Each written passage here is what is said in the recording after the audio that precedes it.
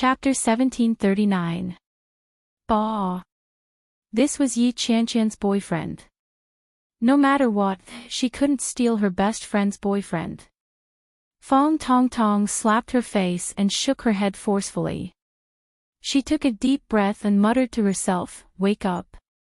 You can play by yourself tomorrow. Go to sleep."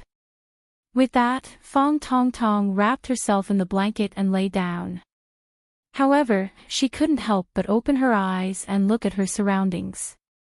It was a dark environment, and the surroundings were filled with heavy fitness equipment. Only a real man would truly like these cold and heavy things. She didn't expect Shenjilia to be so manly despite his skinny appearance. Indeed, one couldn't judge a man by his appearance. Fong Tong Tong closed her eyes, and the corners of her lips curled up slightly. After Yi Qianqian finished showering, she returned to her room. Shenjilia was sitting in front of the computer with a large stack of documents. It looked like he was looking at medical records. Yi Qianqian walked over while drying her hair. She sat down on the bed and looked at the computer. "Are you still busy?" Shenjilia turned around and looked at Yi Qianqian. He looked unhappy and said, "Why did you give that set of pajamas to your best friend?" Yi Qianqian was stunned for a moment and said, "Because she didn't bring any clothes. Out of all my clothes, that was the only set that I wore less, so that was picked out by my grandmother. No matter what, you shouldn't have given it to someone else to wear." Yi Qianqian frowned and was a little unhappy. "Isn't it just a set of pajamas? Why are you so stingy?" Shenjilia's expression darkened. He said, "This set of pajamas has a different meaning. It's the first gift my grandmother gave you. No matter how much you dislike it, it's your business to keep it as a secret. But you gave it away just like that. If my grandmother found out, do you know what she would think?" His words were so serious that Yi Qianqian's expression darkened. She stopped drying her hair and said, "She's my best friend. She's my best friend since I was young. When I was at my poorest in school, if it weren't for her, I wouldn't have been able to attend university. I only had a set of pajamas, and I let her wear it. I didn't say I was giving it to her. At most, I'll buy her a set tomorrow. I'll take it home to wash and put it back." Shenjilia's expression softened a little. He looked at Yi Qianqian and said, "I'll bring it back tomorrow. I don't like it when someone else wears that outfit." Yi Qianqian pouted and muttered, "You're so petty. This isn't a matter of being stingy. I think it's a matter of principle. Yi Qianqian, this isn't just a matter of pajamas."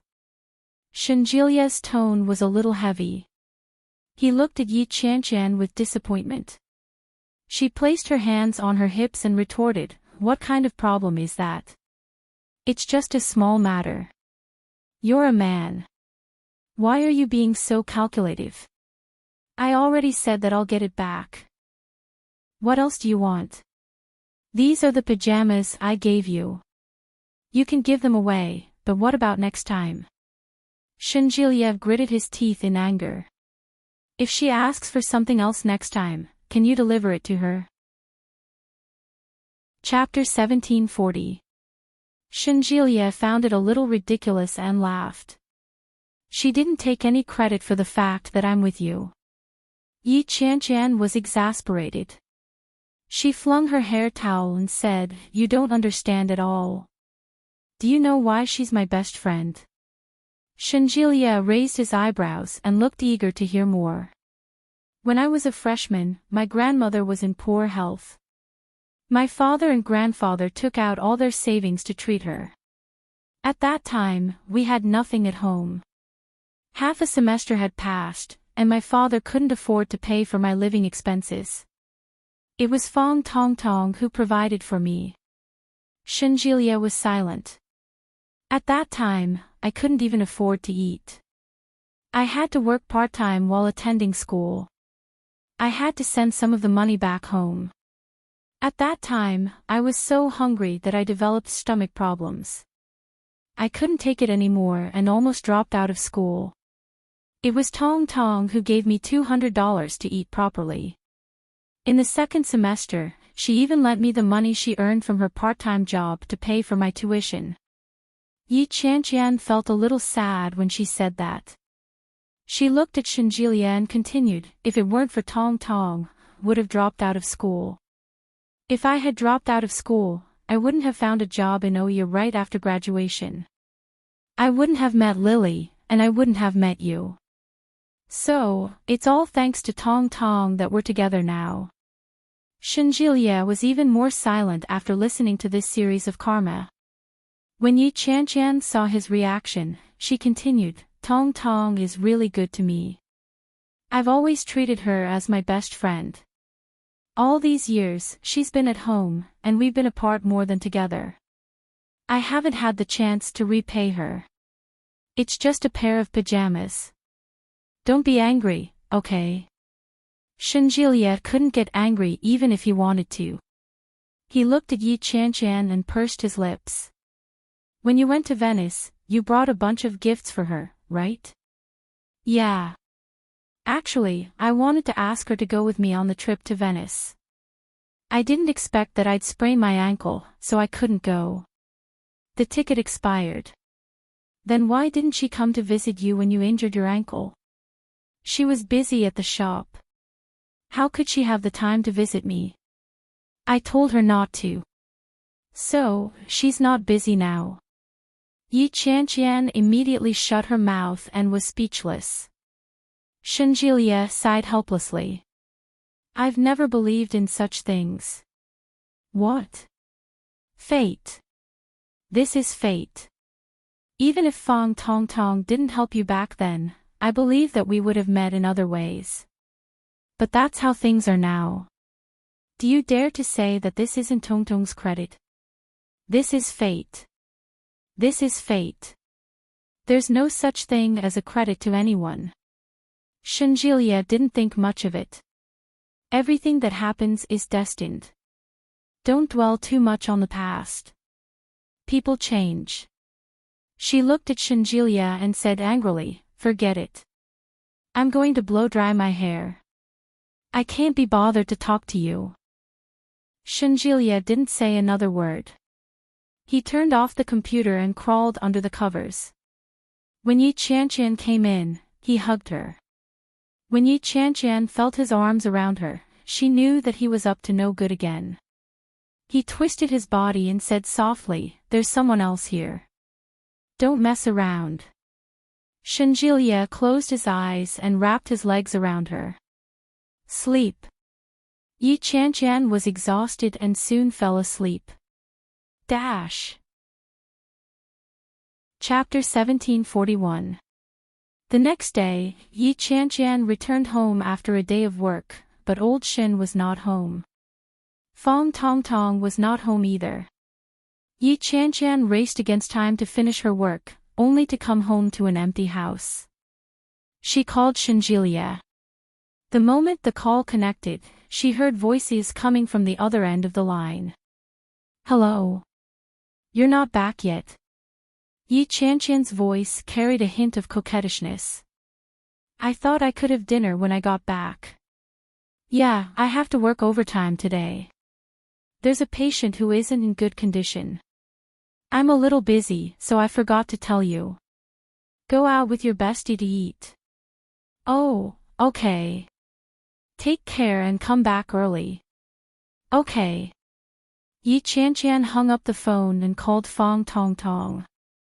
Fong Tong Tong was sitting leisurely in a cafe. When she received Yi Qianqian's call, she slowly picked it up. Hi, Qianqian. Where are you? I'm at home. Where are you? Old Shen is working overtime today, so he's not home. I haven't eaten yet. I'm at Xingye Square. Come over. Let's go have hot pot. Hot pot. It's such a hot day. It's my treat. I'll be right there. Fong Tong Tong smiled and hung up the phone. She continued to browse the web on her phone. It was a guide to a short-term trip to Kingstown. Yi Qianqian and Fang Tongtong had hotpot together. After that, they went shopping and bought a lot of clothes. In addition to all kinds of clothes, there were also pajamas. They didn't return home until after 10 p.m. Shenjilie was reading some documents on the sofa in his pajamas. When he saw them return, he only glanced at them before he lowered his head and asked, "Have you eaten?" "Yes, we went to buy a lot of clothes." Yi Qianqian waved the shopping bag in her hand. "What did you eat tonight?" "I haven't eaten yet." "Go take a shower." "I'm a little busy." Shenjilie looked at the documents with a frown. There have been a lot of women committing suicide recently. What's going on?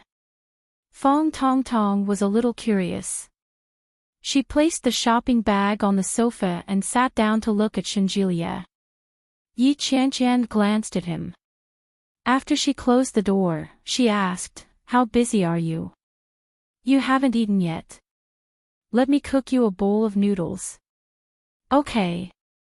Don't put cilantro in it." Yi Qianqian pursed her lips and headed into the kitchen. Fang Tongtong asked curiously, "What did you mean by committing suicide?" "Oh, it's like this. This female patient is an elite returnee. She's an executive of a large company. She was pursued by a man during a business meeting. After the two of them fell in love, the man's wife suddenly appeared and beat her up. She called her a mistress and even scratched her car. She wrote a lot of nasty words on it. Oh, and then Fang Tongtong was obsessed with all kinds of gossip. She rested her chin on her hands and looked at Shenjilie seriously. Then, the woman went to the man to settle the score. When she was with the man, she didn't know that he had a wife. After they found each other, the man begged her not to break up with him. He promised that he would divorce his wife soon, but in the end, because his wife's family was rich and powerful, he couldn't bear to part with her, and the woman got pregnant. F***ck. That's so melodramatic. Fang Tongtong was shocked. And then, after that, the wife of the first wife beat the woman up again and caused her to have a miscarriage. After the incident, she was fired from the company, and the man disappeared without a trace. It could be said that he had nothing left. He was even cursed by others. In the end, he couldn't take the pressure and committed suicide at home. He didn't die. Chapter 1742. Ha!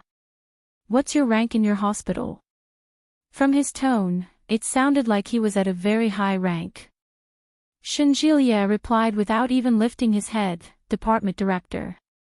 D***mn, you're already a director at such a young age. D***mn.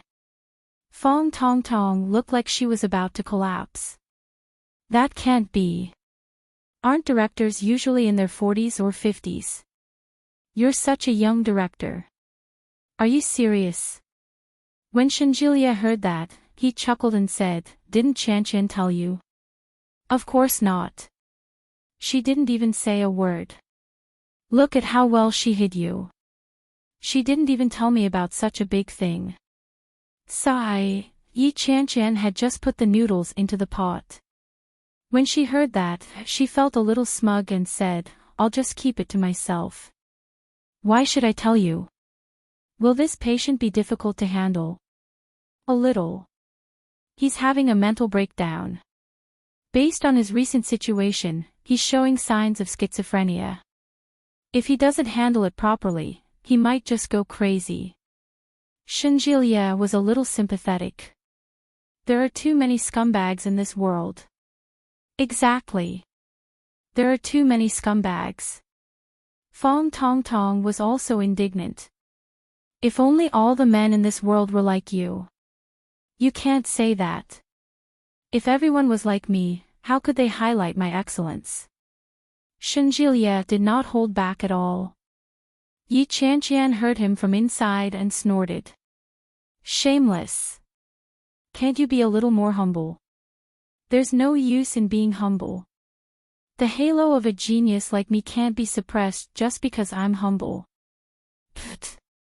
Fong Tong Tong lifted her clothes. Hey, I don't even know how to respond to you like this. You should echo me and compliment me at a time like this, Shanjilia kindly reminded her. If you're cheated by a scumbag in the future, you can come to our hospital. I'll give you an insider discount. Pfft. Fong Tong Tong picked up an apple and threw it at him. Shut up. Shanjilia dodged and casually caught the apple. He put it back and said with a smile, I was thinking too much. A tough scumbag like you wouldn't dare to provoke you. Fong Tong Tong became even angrier. Are you saying that I'm too manly to get married? Chan Chan, don't you care about your man? Yi Chan Chan came out with a bowl of noodles and placed it in front of Shanjilia. She sat down beside him and said, what he said is the truth. You're so unfeminine. Isn't it normal that you can't get married? Husband and wife, you two are too hateful. Fong Tong Tong grabbed the bag of clothes and stood up. Then, she headed to her room. I'm going to ignore you guys. However, as soon as he turned around, the smile on his face disappeared. They seemed to be a perfect match for each other. Fong Tong Tong headed straight for the bedroom. Shanjilia's voice sounded from behind her. It smells so good. Ha, isn't it fragrant? It's fine if I don't cook, but once I do, I'll amaze you to death. Shanjilia sniffed the air and said with disdain, just a few compliments, and you're getting all high and mighty. Bah, you dare to say it's not. Yes, yes. Fong Tong Tong closed the door. She felt upset. Looking at the gym full of fitness equipment in front of him, he slowly walked up.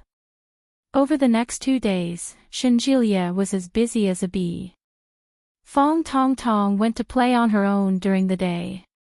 After Yi Chan Chan got off work, the two of them went around together. Another night passed, and Shanjilia still hadn't returned from working. Chapter 1743. She looked at the time. It was already past 10 p.m. After Yi Chan Chan showered, she called Shanjilia. The phone rang for a long time, but no one picked up. Fong Tong Tong was playing games on the sofa. When she saw Yi Chan Chan like this, she said, why are they so strict? He's not even married yet, and he's already like this. If he's married, it'll be terrible. When Yi Chan Chan heard the teasing, she became even more impatient and said irritably, Old Shen hasn't been away for so long. In the past, he would call back to report that he's safe and sound. It's already so late, and there's no news at all. How can this be? Well, maybe he's busy. Don't worry too much. A man like Old Shen wouldn't mess around outside. No. Yi Chan Chan's heart beat faster. She subconsciously reached out to touch her chest and whispered, I keep feeling that something will happen to him, don't think too much. Nothing will happen. Fong Tong Tong didn't mind. She paused the game and poured her a glass of water. Dry your hair. He'll be back in a while. Yi Chan Chan took the glass, but she wasn't in the mood to drink it. She continued to call Shanjilia. She called several times in a row, but no one picked up. Kingstown Huxin Hospital. Hurry up. What are you waiting for? Where's the patient? She's under control. We've given her a sedative for now, but she can't stay in our hospital in such a situation. Stay. Stay my ass. Director Shen is already like this. Who would dare to stay? Hurry up and give him a blood transfusion. The people in the psychology department were busy, rushing back and forth. Everyone looked like they were in a hurry. It was past 11 p.m. when the hustle and bustle slowly came to a stop. A doctor walked to the department director's office and found that Shinjilia's phone had more than a dozen missed calls. The note on it was clear, "Future wife, love." When the doctor saw those words, he sighed, picked up the phone, turned around, and walked out. Yi Qianqian couldn't sleep. Shinjilia had never been like this. It was like he had disappeared into thin air. After tossing and turning, she finally got upset. She got up and logged into Shinjilia's WeChat account. The password for all of Shinjilia's social media accounts was the same. After Yi Qianqian logged in without any trouble, she immediately found Luo Ran. He sent a question mark over, followed by 2 words, "Are you there?" Yi Qianqian thought that Luo Ran would be either clubbing or having sex at this hour, so he wouldn't be able to recover quickly. But who knew that there would be an instant reply? Luo Ran, here, Luo Ran, another problem. Yi Qianqian looked at the words and said in a voice message, "I'm Shinjilia's girlfriend, Yi Qianqian. It's already so late, and old Shin hasn't come back yet. I called him more than 20 times, but he didn't pick up. Do you know where he is?" It was rare for Luo Ran to be a good boy at home, so he would watch a few comedies at home to relax. When he heard Yi Qianqian's voice, his heart skipped a beat. Tensing up, she straightened her back and typed a reply, "This guy hasn't gone home yet? Is the phone in your hand now?" "Shinjilia, no, I just logged into his WeChat to ask you." Luo Ran, "Well, I don't know. I'm in the capital. Isn't he in Kingstown?" Chapter 1744. Shinjilia, "Yeah, I think so too." Yi Qianqian had already changed her clothes. After putting on her shoes, she walked out. When Luo Ran saw her reply, he immediately felt that it was inappropriate. After thinking about it, he said, "Why don't I ask him?" "Sister-in-law, don't be nervous. This guy is good at fighting. He can easily take on 2 people at once.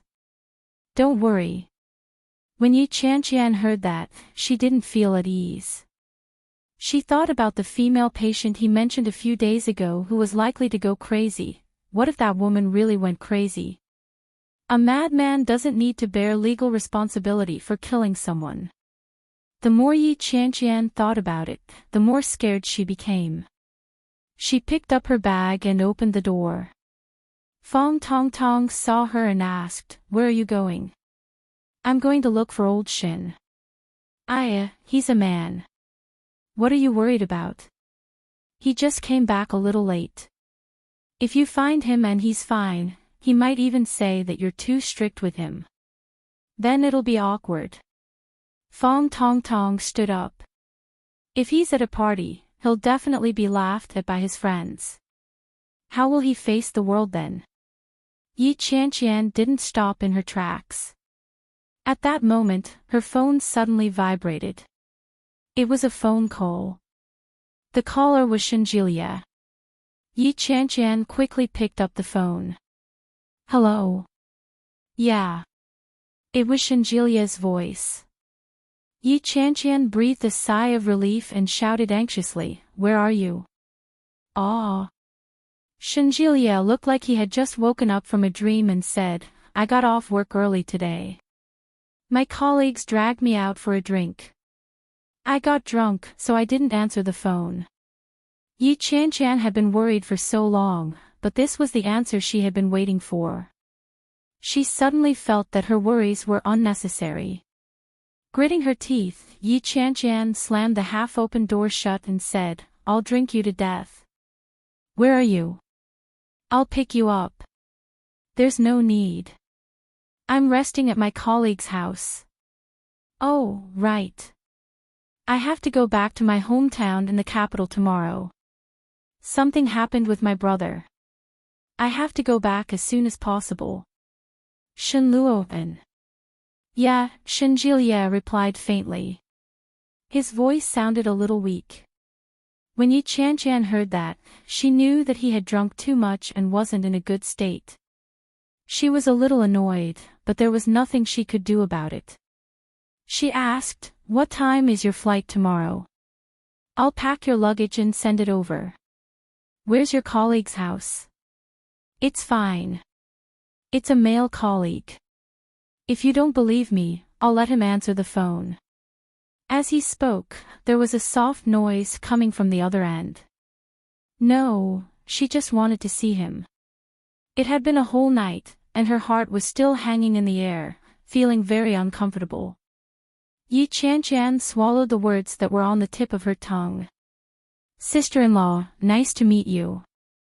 I'm Zhou Doi, Xiao Zhou.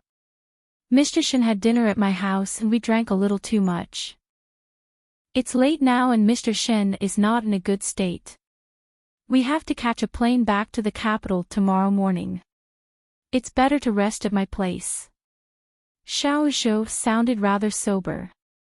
Yi Qianqian was silent for a moment before asking, "You didn't drink?" Little Zhou seemed a little embarrassed. "I've been suffering from gastric bleeding recently. My wife won't let me drink it, so I can only force other brothers to drink it. I'm sorry, sister-in-law, but I'll have to trouble you to stay alone tonight. I won't ask Chief Shin to come down again, I promise." Chapter 1745. All right. Xiao Zhou felt as if he had been pardoned. "In that case, sister-in-law, Brother Shin seems to have fallen asleep again. I'll hang up now." "Okay. Thank you for your hard work." "You're welcome." Xiao Zhou hung up the phone in trepidation before heaving a huge sigh of relief. Xiao Zhou returned the phone to Shin Jilie with a pained expression and said, "Brother Shin, is it really okay to lie to sister-in-law like that? I think it's better to tell her." Shin Jilie lay on the hospital bed. His eyes were squinted, and his face was extremely pale. A soft tube was attached to his arm, and a transparent liquid was slowly being transferred into his body. When he heard Xiao Zhou's words, Shin Jilie opened his eyes and said, "It'll be even worse if I tell her. She'll be worried." "But are you going to stay in the hospital just like that?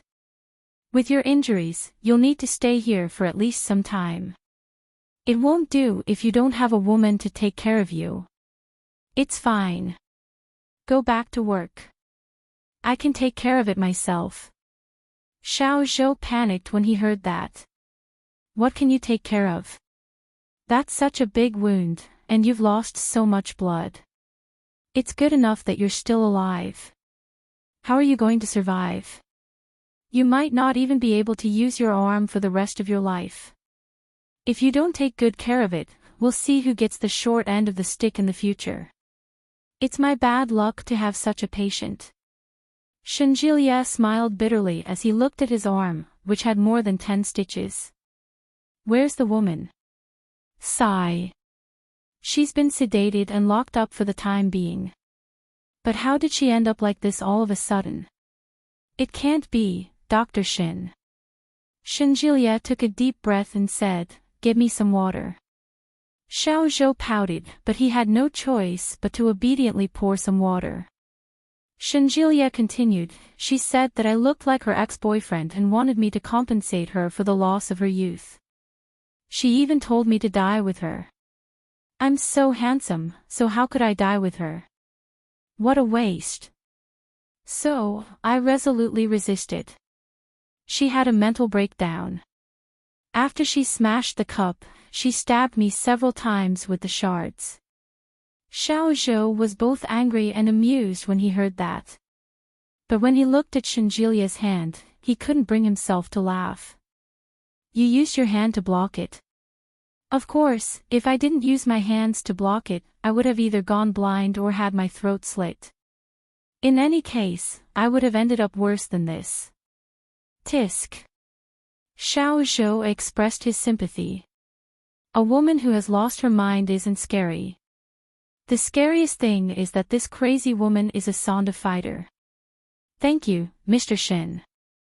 "Well, where's the water?" "Coming." Yi Qianqian didn't sleep well that night.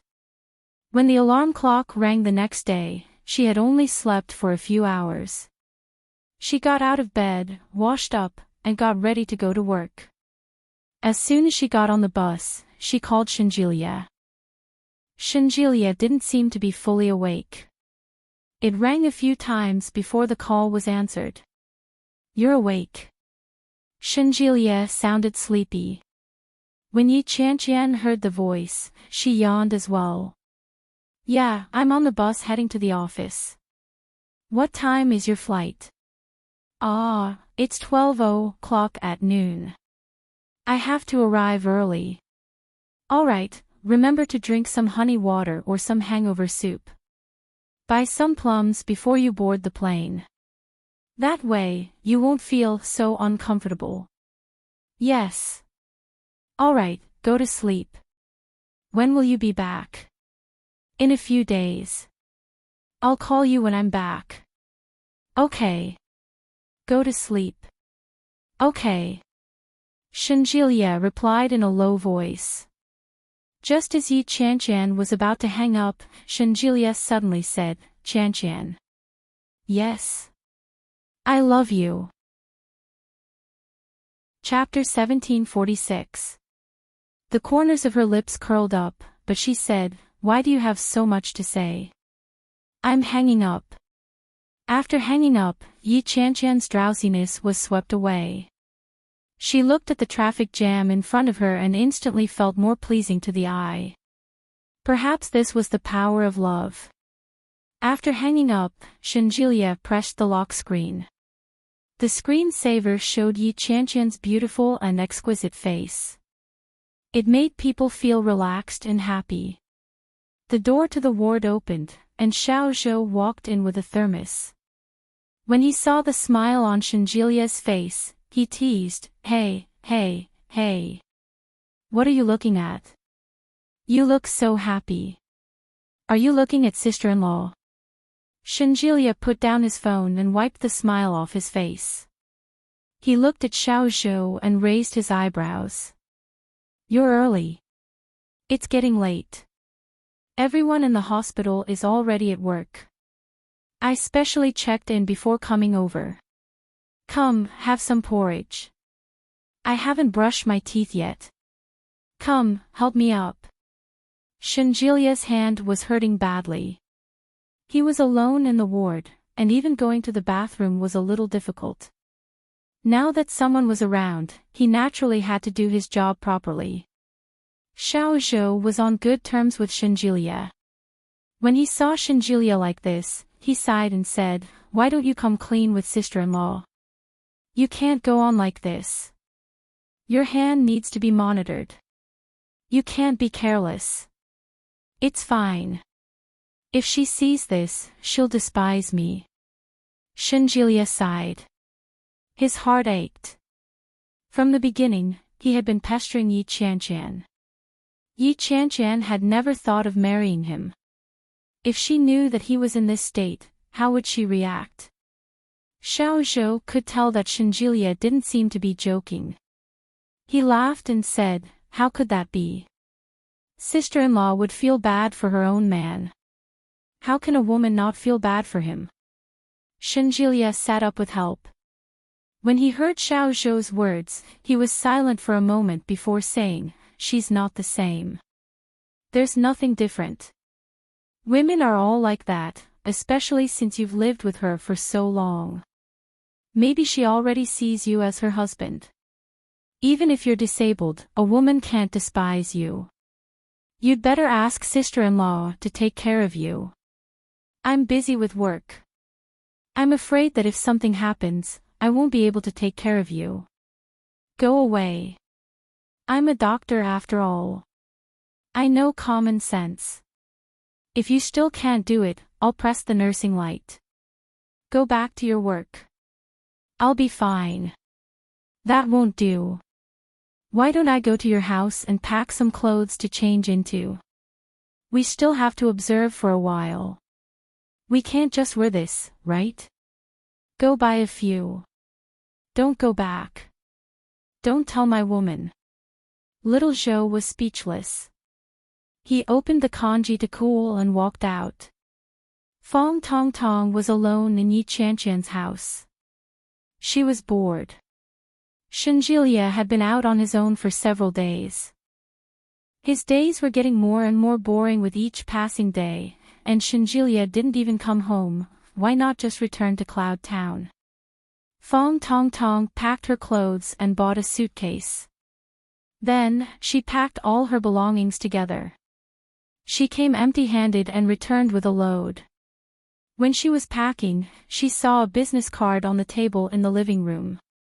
A few days ago, when they were talking, Shenjilia had given her the business card of a single doctor. Fong Tong Tong hadn't called him yet. When she looked at the white card, the corners of her lips slowly turned up. She picked up the landline in the living room and dialed the number. The call was quickly connected. Gu Yuanqing was at work. When he picked up his phone, he saw a notification, Director Shen's house. Chapter 1747. It must be sister-in-law, right? Gu Yuanqing glanced at the screen and felt a little uneasy. Why did his sister-in-law call him? I didn't do anything too serious, did I? After some thought, Gu Yuanqing picked up the phone and answered the call. Hello. It was a very young voice. Fong Tong Tong's eyes lit up when she heard it. Hello, is this Dr. Gu Yuanqing? Yes, sister-in-law. Sister-in-law. Fong Tong Tong was stunned for a moment when he suddenly called her name. However, she quickly realized who he was referring to. You've misunderstood. I'm not his girlfriend. I'm his girlfriend's best friend. Gu Yuanqing heaved a sigh of relief when he heard that and asked, Then how did you get my number? Fong Tong Tong was a little embarrassed. She stammered for a while before she said, I just wanted to get to know more people, so old Shen gave me your name card. Gu Yuanqing nodded his head and didn't think too much about it. He asked, Are you with sister-in-law now? Not yet. Qian went to work. What's the matter? Well, since you called, I won't hide it from you. Something happened to Brother Shen recently. He lied when he said that he returned to the capital today. He was injured and didn't want sister-in-law to worry, so he didn't dare to tell the truth. Fong Tong Tong was shocked when she heard that. No way. Old Shen was injured. Is it serious? Sigh, it's pretty serious. His arm was stabbed 4 times, and every stab was very deep. There were even glass shards inside. One of them even injured an artery. After a blood transfusion, he's much better now. However, such a serious injury can't go unattended. Old Shen didn't dare tell his girlfriend because he was afraid that she would be worried. We were still wondering if we should hire a caregiver for him. Hire a caregiver. Caregivers are extremely expensive. Fong Tong Tong clicked her tongue and said, There's no need to hire a caregiver. Mr. Gu, why don't you send me the address? I'll go take a look. If the injury is really serious, I'll tell Qian and ask her to take care of old Shin. Gu Yuanqing was quiet for a moment before he said, All right. He's at Kingstown Huxin Hospital. Call me when you're here, and I'll tell you in person. All right, I'll go right away. Oh yes, why don't you prepare some clothes for Brother Shin? Brother Shin doesn't have any clothes in the hospital, and it's not convenient for me to look for sister-in-law. All right, I'll tidy it up. Thank you. Gu Yuanqing heaved a sigh of relief. I should be the one thanking you. Old Zhou was still thinking of buying it after work. There's no need for that now. How should I address you? The room of the house. Okay, see you later. Fong Tong Tong hung up the phone. After she changed her clothes, she hurriedly hailed a cab and left. When they arrived at the hospital, it was already half an hour later. Fong Tong Tong called Gu Yuanqing and walked into the inpatient department. The call was quickly answered. Where are you? I'm in the inpatient department.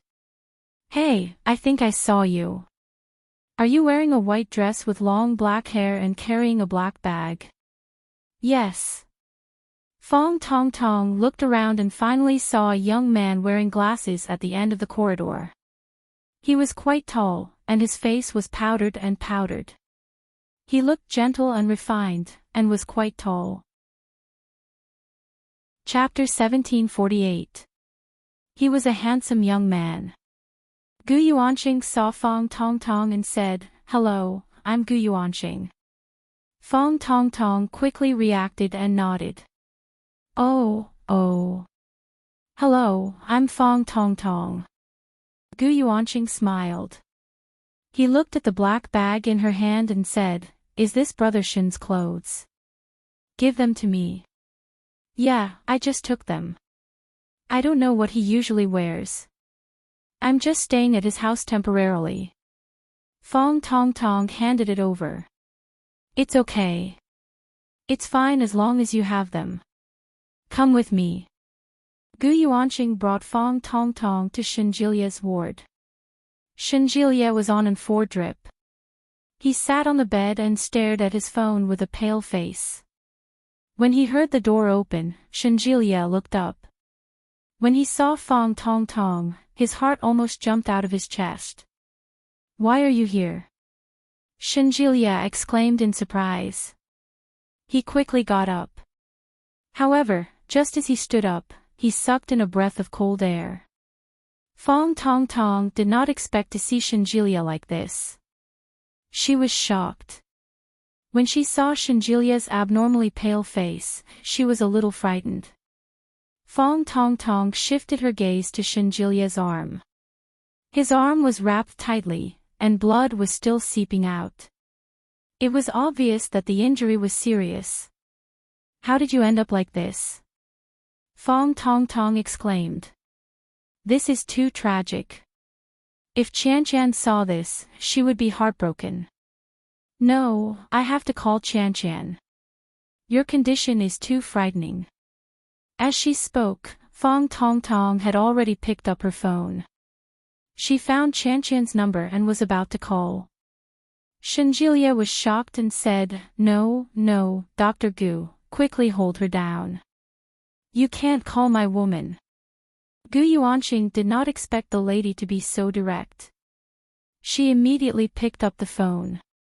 When he saw Shinjilia's nervous expression, he quickly took the phone from Fong Tong Tong's hand and said, "Miss Fong, please don't do this. Brother Shin doesn't want sister-in-law to know. That's why I chose to tell you. If you do this, won't I become a sinner?" Gu Yuanqing pleaded, "Miss Fong, please don't be rash." Fong Tong Tong's phone was being held. She frowned when she saw Shinjilia's situation. Qian will be worried. Qian doesn't know about my injury, right? You didn't tell her, did you? Shinjilia stood up. The wound on his arm was throbbing in pain. "I didn't tell her, but you have no choice but to tell her about your condition." Fong Tong Tong felt that it was inappropriate. His arm was already in such a state. Shouldn't someone take care of him? "No, I told her that I went to the capital. If I tell her now that I was lying to her, won't she hate me to death? But if I don't say it, Qian will definitely hate me. You're different. You're her best friend, and she values you very much. No matter what, she wouldn't break up with you, would she?" Shinjilia asked. Fong Tong Tong was speechless. "Are you afraid that she'll break up with you?" Shinjilia was silent. "Don't worry. It's impossible. Although Qian doesn't say it, she likes you very much. She loves you to death. It's impossible for her to break up with you." Chapter 1749. As soon as Gu Yuanqing heard that, he knew that Shinjilia had come to settle scores with him. She subconsciously took a step back, coughed lightly, and said, "Brother Shin, I'm doing this for your own good. Look, I even asked this girl to pack some clothes for you. As he spoke, he tugged at the bag. The clothes inside quickly fell to the ground and fell into a pile. Fong Tong Tong was a little embarrassed. I took everything from my suitcase. Last night, Chan Chan prepared a few pieces of clothing for you and placed them in a small suitcase. I opened it up and took the clothes over, but I was in a hurry, so I casually scooped them up. Actually, I didn't know what was inside. Did Chan Chan prepare this for me? Shenjilia stared at the pile of clothes and felt a little happy. Well, didn't you say you were going back to the capital today? She packed it for you and waited for you to go home to get it. Gu Yuanqing's face was full of envy, jealousy, and hatred. Brother Shin, you're so lucky. You didn't even let sister-in-law know about this. Sigh, if sister-in-law knew, she would be so distressed. When Shenjilia heard this, he felt a little smug. From the looks of it, Yi Chanchan's heart wasn't without him. Even though he didn't go back last night, she still knew to prepare clothes for him. However, if Yi Chanchan found out that he was lying to her, Shenjilia sighed softly and said, "Let's wait for a few more days. We'll tell her when she's almost recovered. She's been very busy lately, and she hasn't been to work for a few days. We can't let her keep taking days off and running around." Most importantly, he didn't want her to worry. She looked at Fong Tong Tong and said, "You should go back first. Don't tell her about this. Just pretend that you don't know anything about it." Fong Tong Tong furrowed her brows and said, "How can I do that? If I know, I know. If I don't know, I don't know. If you want me to not tell Chan Chan, that's fine too. Chan Chan is more sensitive. If she finds out, she'll definitely be upset." Yes. Shenjilia understood Yi Chanchan, but Fong Tong Tong understood her even better. Although Yi Chanchan appeared carefree, she was more meticulous than most people. "Why don't you return to Cloud Town directly? That way, you won't have to hide it from Chan Chan and go against your conscience." When Fong Tong Tong heard that, she felt even more annoyed and said, "Are you saying that you want me to leave you here to fend for yourself? I have a bunch of colleagues here, and this is my territory. What do you mean by self-destruction?" Shenjilia found it a little funny. "That's enough. It's none of your business. Go back." "No, Chan Chan has been busy recently, and I just thought that you went back to the capital. I have nothing to do all day, and I know how you are now. Let me take care of you. Anyway, you have colleagues to do the hard work. I'll just buy you food and bring you water." "I think it's fine." Gu Yuanqing immediately replied, "Anyway, Brother Shin, you can only lie down now. Let Xiao Fong accompany you to talk." "How good would that be?" "Go to hell, no, men and women shouldn't touch each other. After all, I'm a single girl, what's the point of taking care of a man?" "No. Why are you so pretentious? The girl doesn't even mind." Gu Yuanqing said, "Don't you think so, Xiao Fong?" Chapter 1750. Gu Yuanqing clapped his hands. "Good. Well said. It's settled then. Brother Shen, I'm leaving. Little Fong, call me if you need anything. I'm ready to answer the phone anytime." "Okay. Go ahead." Fong Tong Tong smiled. Soon, Gu Yuanqing felt relieved, turned around, and walked out. Shenjilia felt it was inappropriate. "You should go back. It's not appropriate for a man and a woman to be alone. Why are you so talkative? Can you move by yourself? Why don't I call Chan Chan over?" The second half of the sentence hit Shenjilia's soft spot. Shenjilia pursed his lips and didn't say anything. From that day on, Fong Tong Tong was busy running up and down the hospital. When Yi Chanchan went to work during the day, Fong Tong Tong ran to the hospital. Fong Tong Tong took care of ordering takeout, buying nutritious meals, changing medicine, pouring water, and other miscellaneous chores. If Shinjilia needed to go to the bathroom, he would call for his buddies to help him.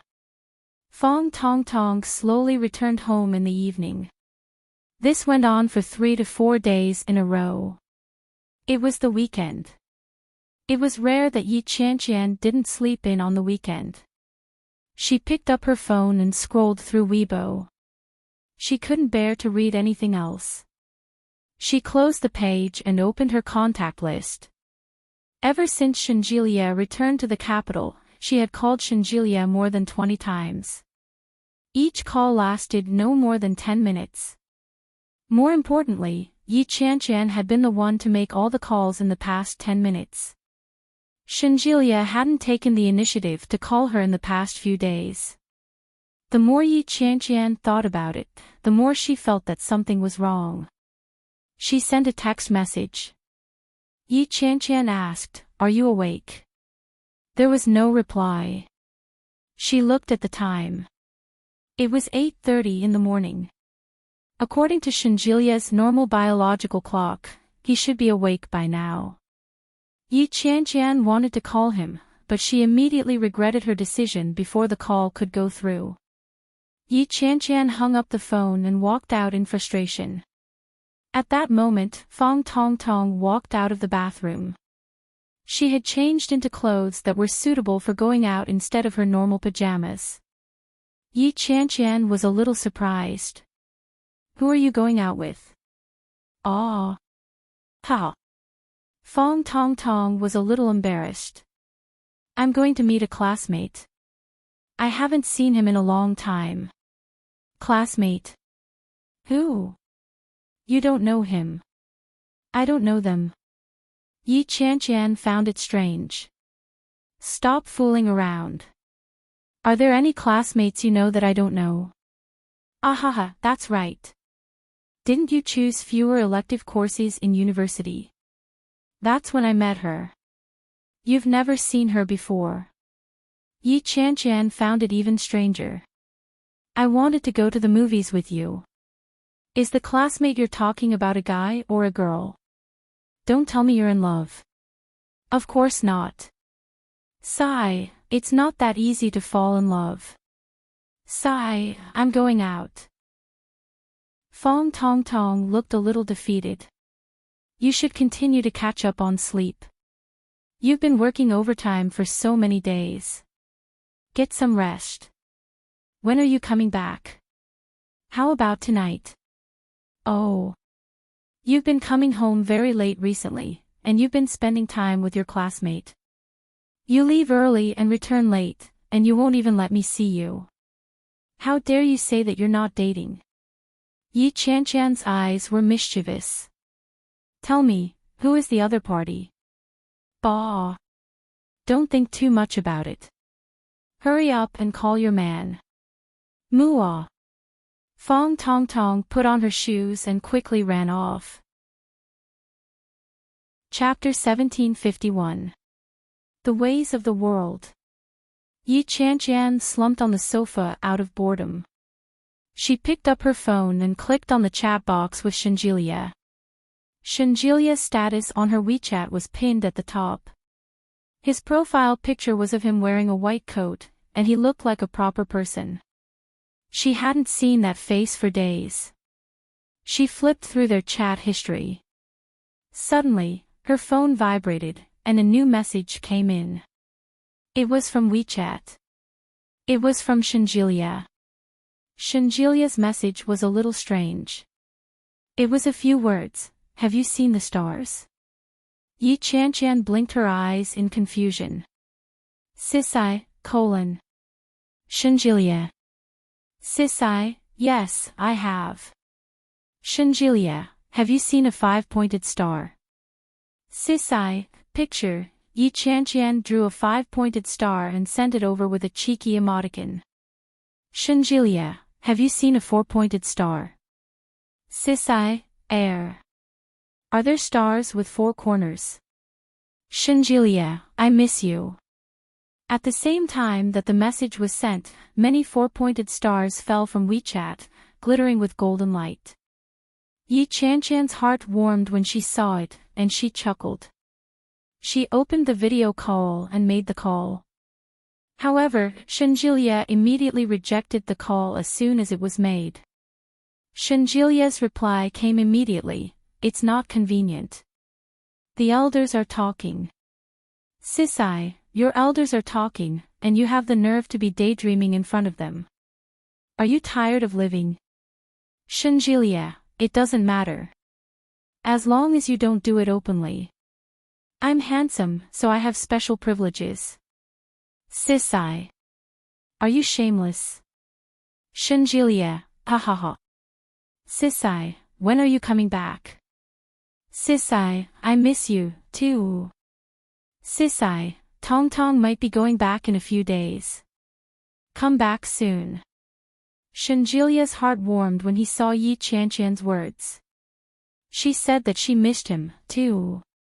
God knew how rare it was to hear such words from Yi Chanchan's mouth.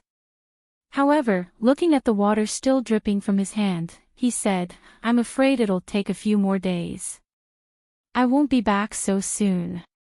Yi Chanchan was disappointed and asked, "Call me when you're ready." As soon as the message was sent, Shenjilia's call came in. Yi Chanchan was pleasantly surprised. "Hello. You woke up so early." Shenjilia's voice sounded lazy and low. It was obvious that he had just woken up.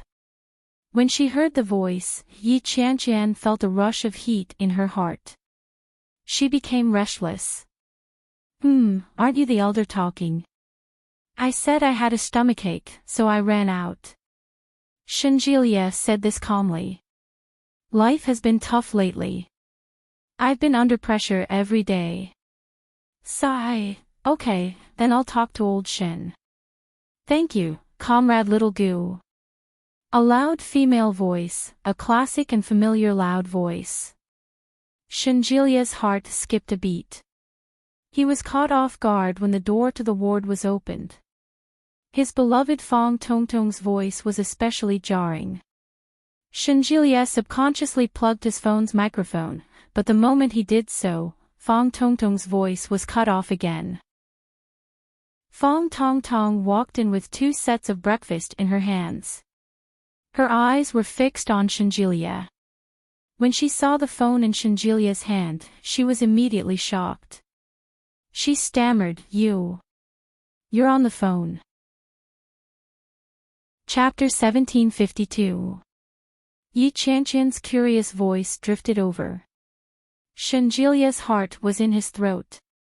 He quickly replied, "How is that possible? I'm in the capital.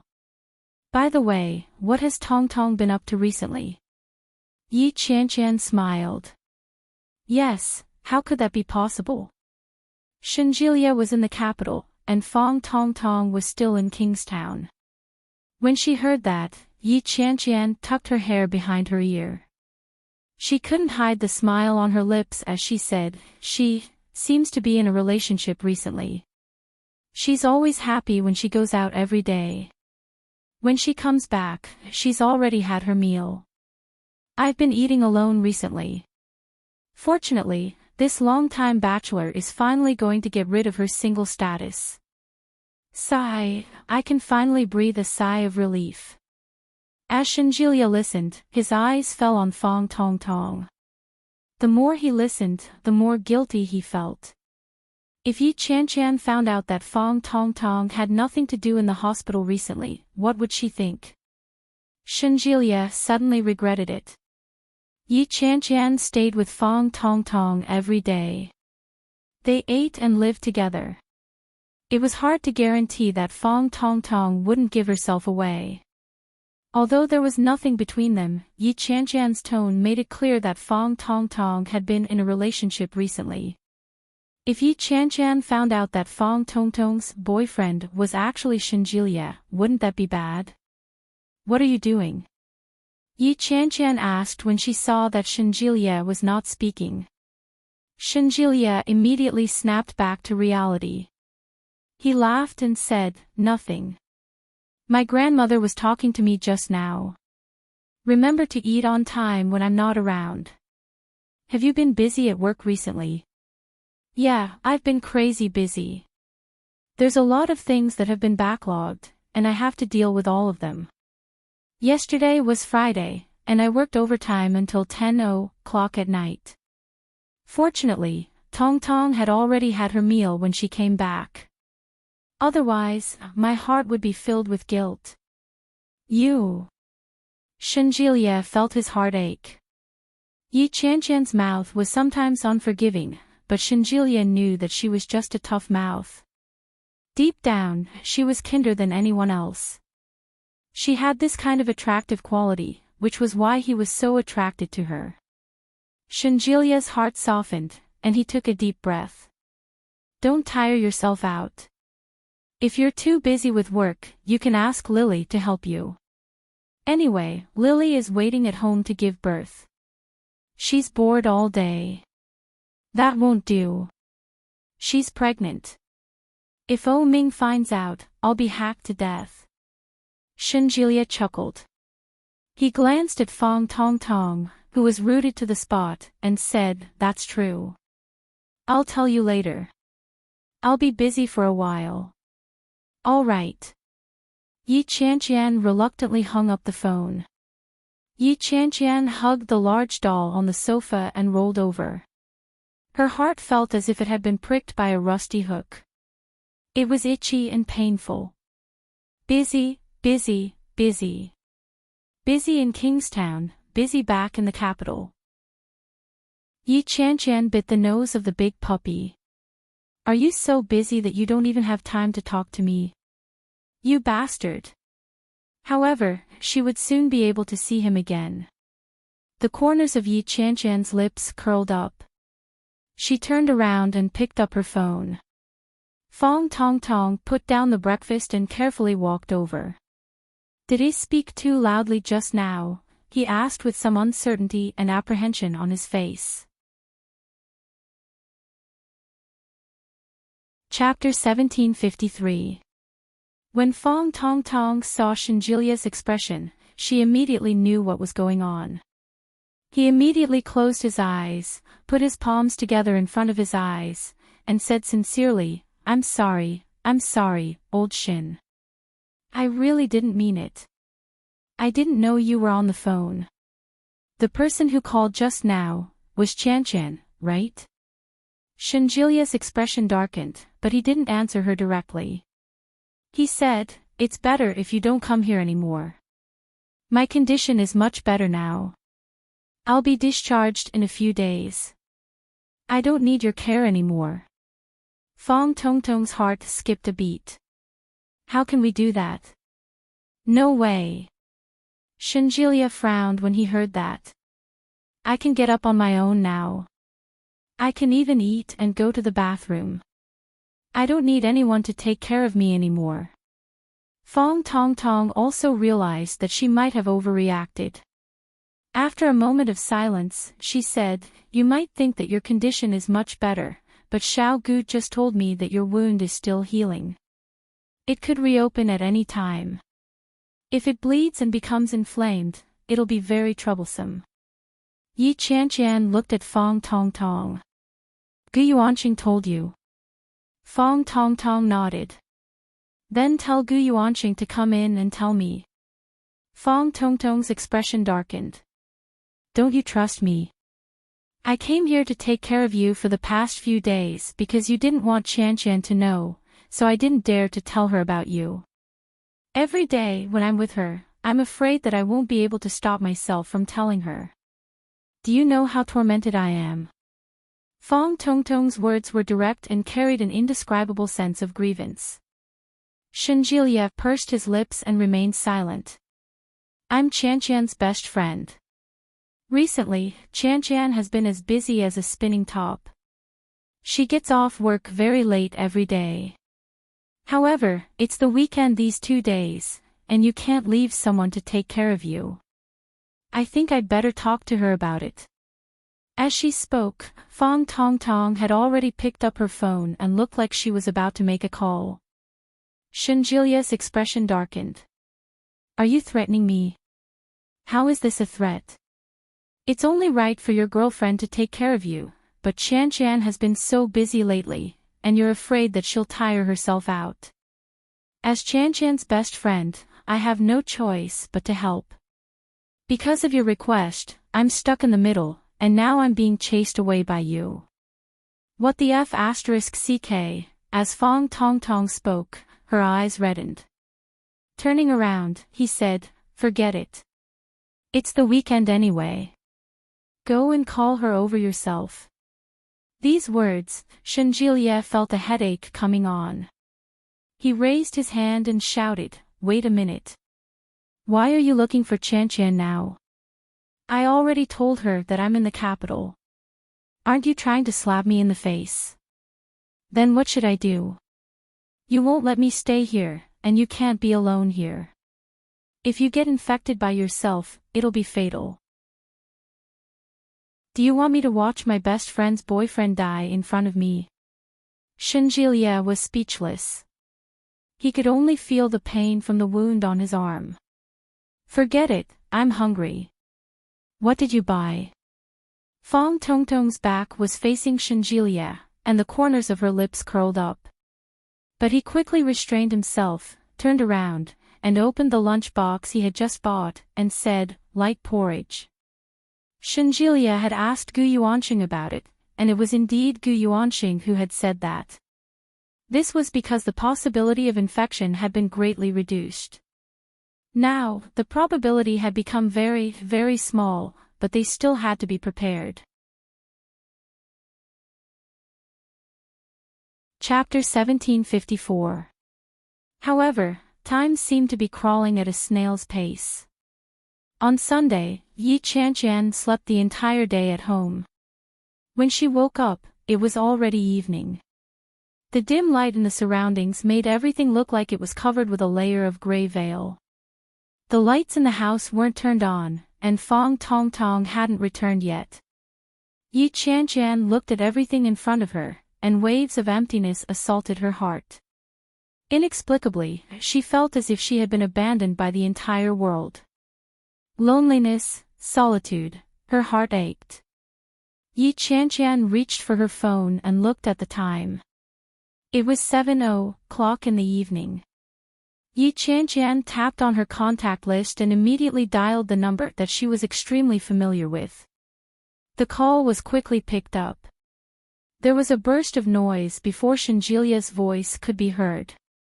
Shenjilia coughed heavily before asking, what's wrong? Yi Chan's heart felt empty, and she felt extremely uncomfortable. She stood up and turned on the lights. It was a little blinding, but at least the feeling of emptiness had faded a lot. I just woke up and dreamed of you. Yi Chan sat on the bed and narrowed her eyes. Guess what I dreamed of? Well, if you can dream of me, it's definitely not an empty dream. It's probably that your mind was filled with my handsome face, and you couldn't walk because of my handsomeness. Pfft. Shenjilia made a soft sound. Brother Shin, can you be a little more shameless? When Yi Chan heard the sound, she laughed out loud. Look, even your colleagues are saying that you're shameless. Can't you speak properly? Well, let me guess. You dreamed that we got married. Then we gave birth to an adorable daughter. Then we held our daughter's hand together, and the family of 3 happily went to school. During the day, we went to school and went to work separately. At night, we went home together and dreamed together.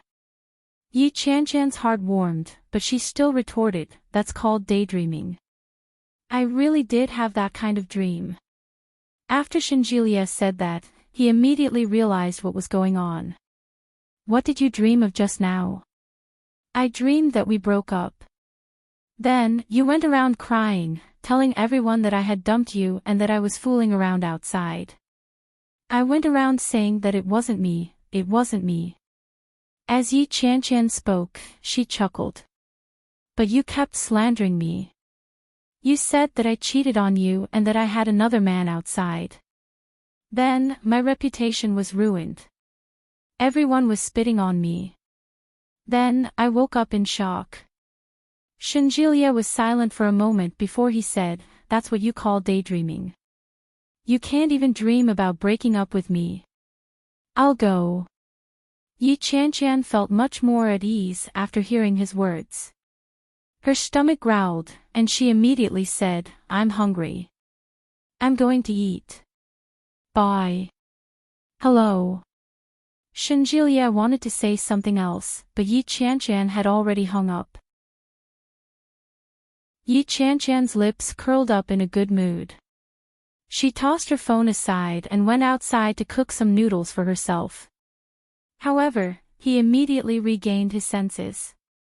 Just now. Who was the person on the other end of the line? Only his colleagues would address him as Brother Shin.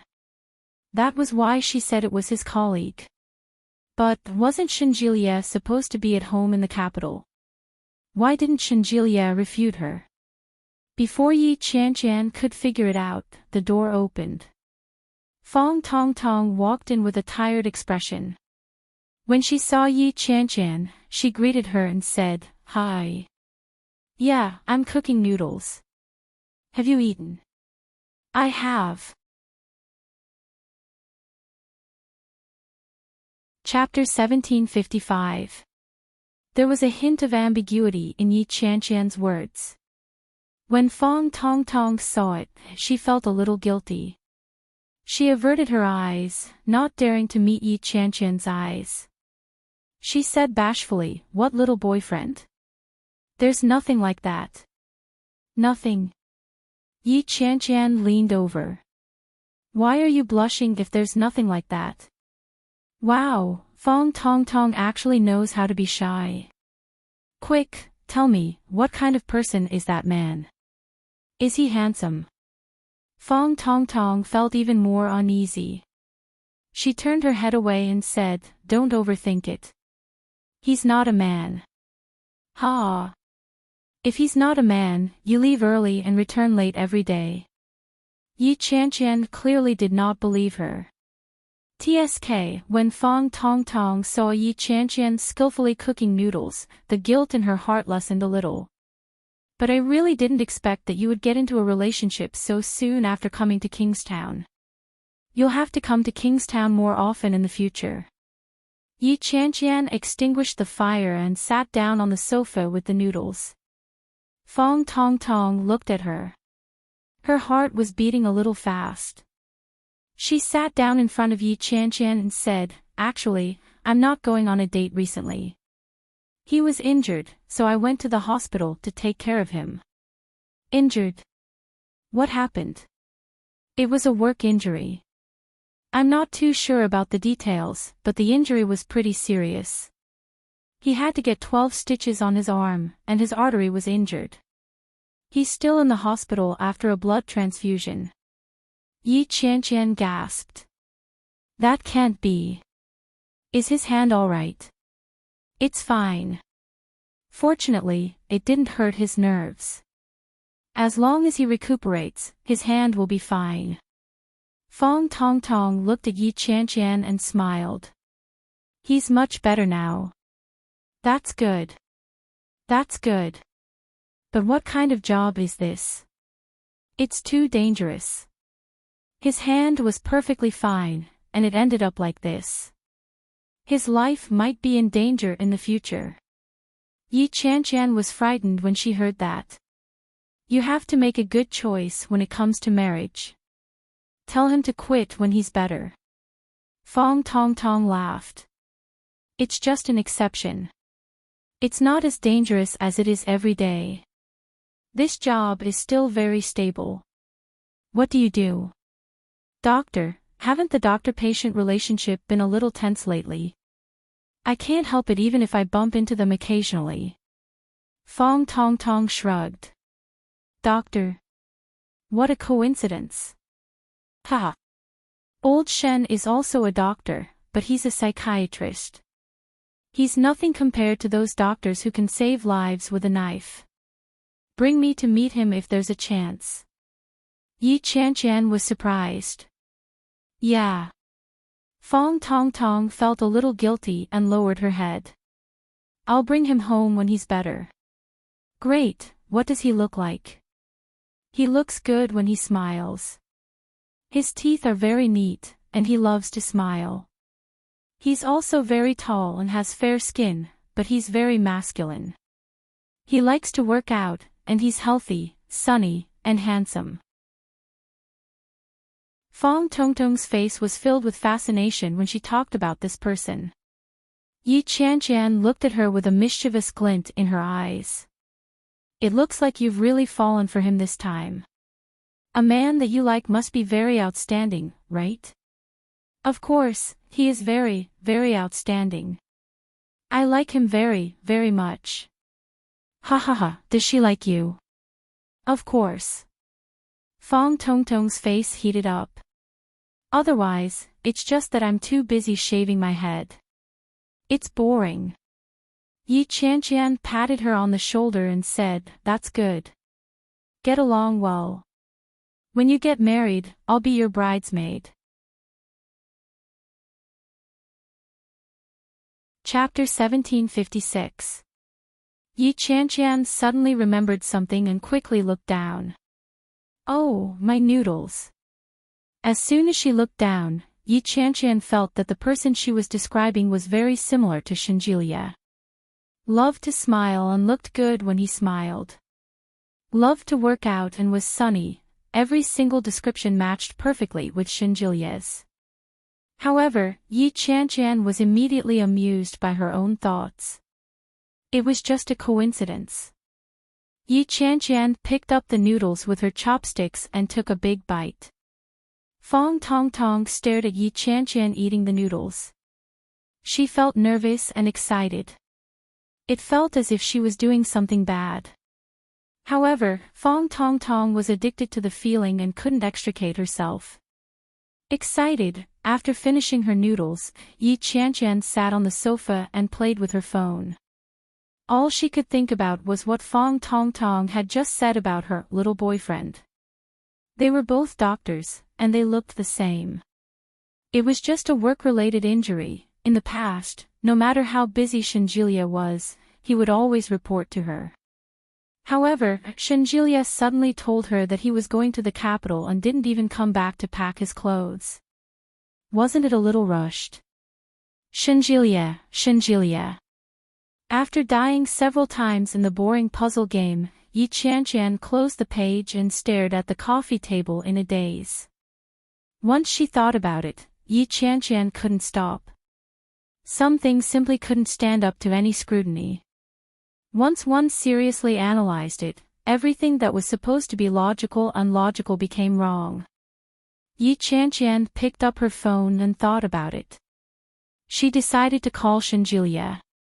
The call was quickly connected. Shenjilia seemed to be watching television. She could hear the sound of the television. Yi Qianqian asked, "What are you doing?" "Nothing. I'm just bored." "Well." Yi Qianqian's heart beat faster. "Do you have nothing to do at home in the capital?" "Yeah. I'm bored, but my grandmother won't let me go back to Kingstown.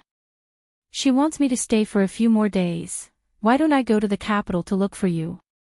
Haven't you always wanted me to meet your parents and your grandmother?" "I think I'm ready." Yi Qianqian's heart beat faster. She held her breath nervously. She thought that Shenjilia would happily agree to it. Surprisingly, Shenjilia didn't respond immediately. Instead, he paused for a moment before saying, "Recently, I've been quite busy at home. My brother's matter has caused a huge commotion at home. It's not appropriate for you to come at this time." Yi Qianqian was a little disappointed. She felt that something was amiss and asked, "Is Shenmanting back?" Shenjilia paused for a moment. "Yeah. She's pregnant." "Yes. It just so happens that I haven't seen Shenmanting in a long time. I'll go and see her." Shenjilia was even more flustered. He tightened his grip on his phone and thought for a moment before replying, "Anything is fine." But Manting's mood hasn't been stable lately, and the house is a little chaotic. I might not be able to entertain you when you're here. Grandma and Mom and Dad have been quite vexed lately. This meant that he didn't want her to go. Yi Qianqian was disappointed. All right. Next time, then. After talking about some trivial matters, Yi Qianqian grew bored. She hung up the phone and leaned back on the sofa. It shouldn't be like this. Shenjilia should have overcome all obstacles and welcomed her no matter what.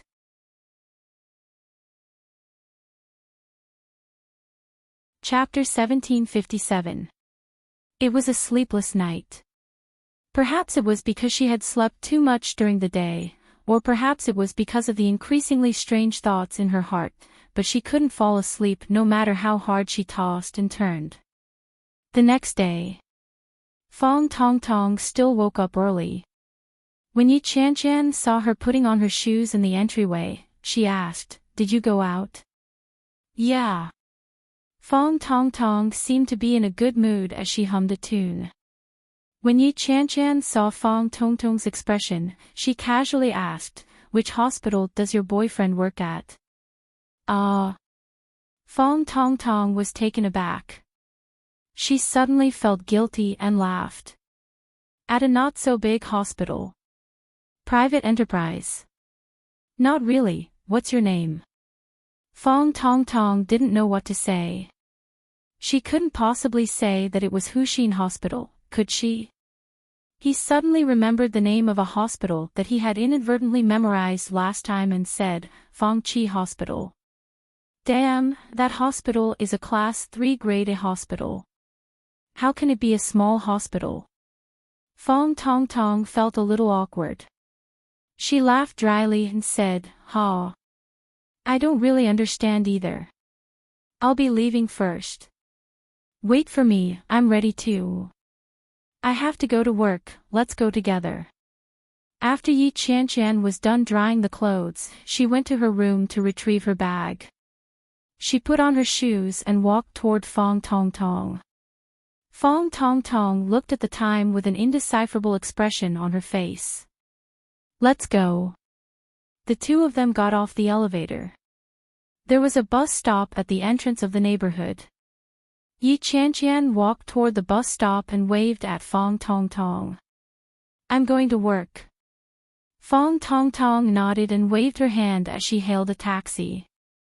Fangqi Hospital was on the opposite side of the bus stop. It was not far from here. It would only take about 10 minutes to walk there. When Yi Qianqian looked at the taxi, she realized that it had originally been moving in the same direction, but it had deliberately turned around and headed in the opposite direction.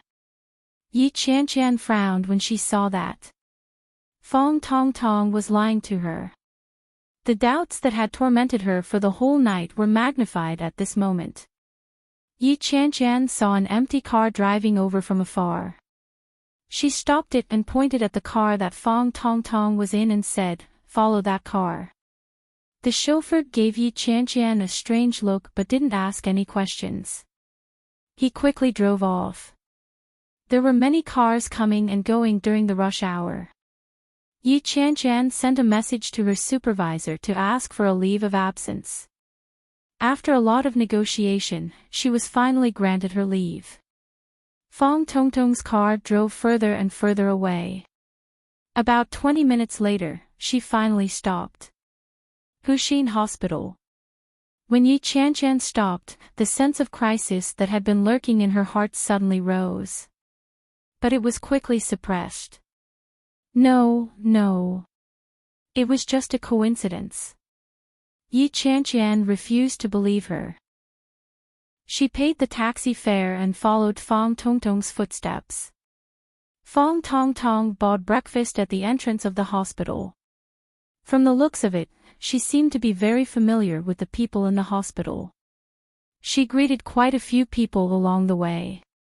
"Xiao Fong, you're here again. Brother Shen is probably still sleeping. You're so early every day." Brother Shen is so lucky. Yi Qianqian's heart felt like it was being squeezed by a large hand. It was so heavy that she couldn't breathe. Brother Shen, who else could it be but Shenjilia? Her originally unshakable trust in Shenjilia was suddenly lifted up in front of her. It was as if he was asking her, "Do you still believe in him?" Fong Tong walked all the way to a ward. Yi Qianqian followed her and dodged around. Fortunately, there were many people around, so it wasn't obvious what her motive was. Chapter 1758. His familiarity with the ward did not show any awareness of entering someone else's boyfriend's ward. Fong Tong quickly closed the door. Yi Qianqian leaned against the door and picked up her phone. After turning his phone to silent mode, he sent a WeChat message to Shenjilia. "Are you awake?" The phone inside rang. It was Shenjilia.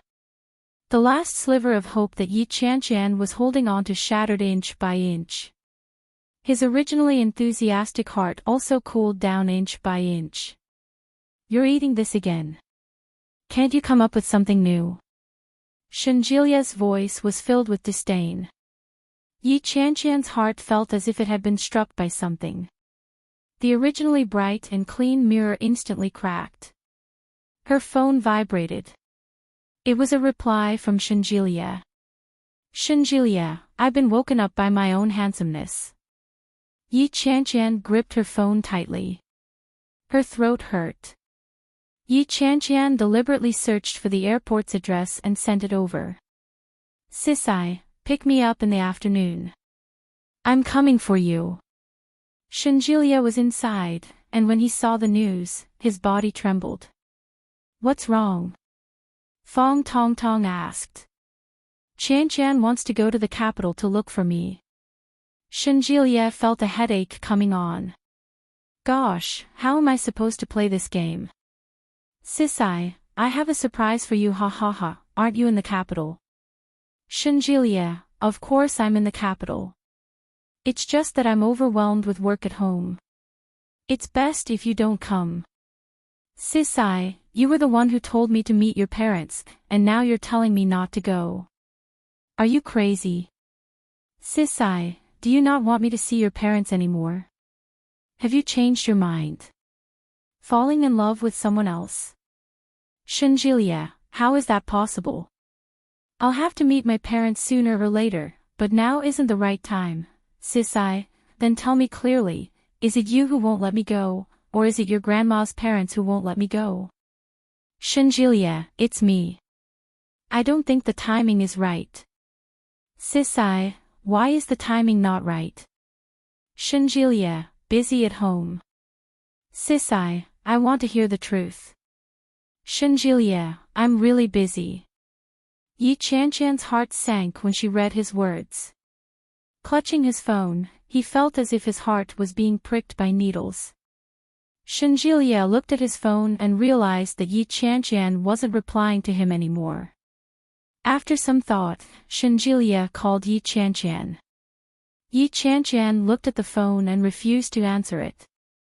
Shenjilia panicked and made another call. Yi Qianqian composed herself and took a deep breath before answering the call. Shenjilia was delighted and quickly called out, "Hey, Qianqian." "Yes. Where are you now?" "I came to find you." "That. I've been busy lately, so, is that so?" Yi Qianqian no longer lowered her voice. He turned to the side and pushed the door open. Fong Tong sat on a stool by the bed and was preparing breakfast. Shenjilia leaned against the headboard and was on the phone. When Fong Tong and Shenjilia saw Yi Qianqian standing at the door, they were both shocked. When Yi Qianqian saw the scene, she found it even more hilarious. Her best friend, and her boyfriend, the man she thought she could entrust the rest of her life to. "I really like him." "Does she like you?" "Of course. Otherwise, it's just that I'm hot-headed. It's boring." "So, they were really together, right?" Chapter 1759. Shenjilia couldn't react at all. He stared at Yi Qianqian for a moment before he mumbled, "Qianqian." Yi Qianqian opened the door wider and walked forward. Fong Tongtong looked at Yi Qianqian. She wanted to say something, but when she opened her mouth, no words came out. Awkward. Especially when she thought about what she said to Yi Qianqian the night before, Fong Tongtong felt that her current posture was a little ugly. Best friend. Boyfriend. Best friend's boyfriend. Since everyone is here, there are some things that we should all be clear about. Yi Qianqian's lips were slightly curved, but her uneven breathing clearly revealed her feelings at that moment. She wasn't as calm as she appeared to be. Shenjilia's heart skipped a beat. He immediately stood up and walked forward. But before he could say anything, he saw Yi Qianqian walk forward. Yi Qianqian's cheeks, which were usually gentle and playful, were abnormally red. Yi Qianqian gritted her teeth and walked forward. She raised her hand and slapped it hard. Slap. The loud sound of the slap was especially loud in the quiet ward. Shenjilia was stunned by the slap. He felt a burning sensation on his cheek, and Yi Qianqian's expression was almost contorted, but she still tried her best to maintain a calm expression. Yi Qianqian was furious. Fong Tongtong exclaimed in surprise. She immediately stood up and explained, "Qianqian, you've misunderstood. I don't have the kind of relationship you think I have with him." In Yi Qianqian's ears, Fong Tongtong's words sounded more like a proud boast. Ha! Yi Qianqian looked at Fong Tongtong. Her voice was so cold that even she found it strange. "Is this the doctor boyfriend you were talking about? Mutual affection." Fong Tongtong felt as if she had bitten her tongue. She wanted to say something, but she couldn't say a word. Yes, she was the one who said it. She was the one who said all the words. "Qianqian." Shenjilia held Yi Qianqian's hand uneasily. Let go." Yi Qianqian was on the verge of breaking down. Her voice was already choking. "Shenjilia, what do you take me for?" Shenjilia panicked. He grabbed her hand and squeezed it tightly. "I just don't want you to worry, get lost. Let go of Shenjilia. We're done for." Yi Qianqian flung his hand off forcefully and bellowed, "Go to hell with the capital. Go to hell with your work." Qianqian. Fong Tongtong panicked as well. She had grown up with Yi Qianqian and had never seen Yi Qianqian in such a state. "I'm sorry, Qianqian, F***CKU. I'm sorry, B***TCH. Yi Qianqian retreated and suddenly laughed.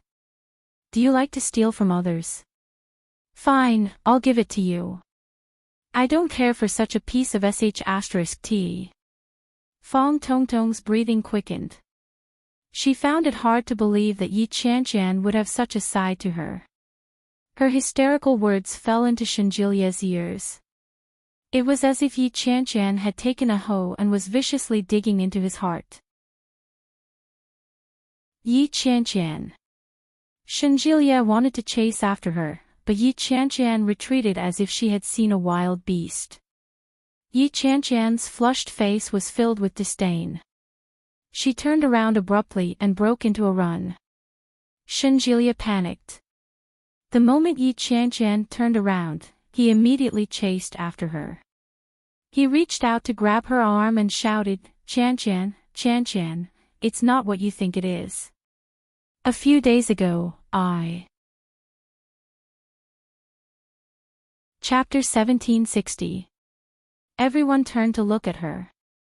Shenjilia was holding her hand. It was his right hand. It was his right arm that had received 12 stitches. Yi Qianqian didn't hold back. Shenjilia grunted, but he didn't loosen his grip on her arm. "I told you about the female patient a few days ago. Do you remember her? It's her, let go. Yi Qianqian calmed down, but her voice was as cold as ice. Shenjilia panicked even more. When he saw Yi Qianqian like this, the words that were on the tip of his tongue were stuck in his throat like a fish bone. He couldn't get them out. Qianqian, I told you to let go. Are you deaf? Yi Qianqian screamed hysterically. More and more people gathered to watch.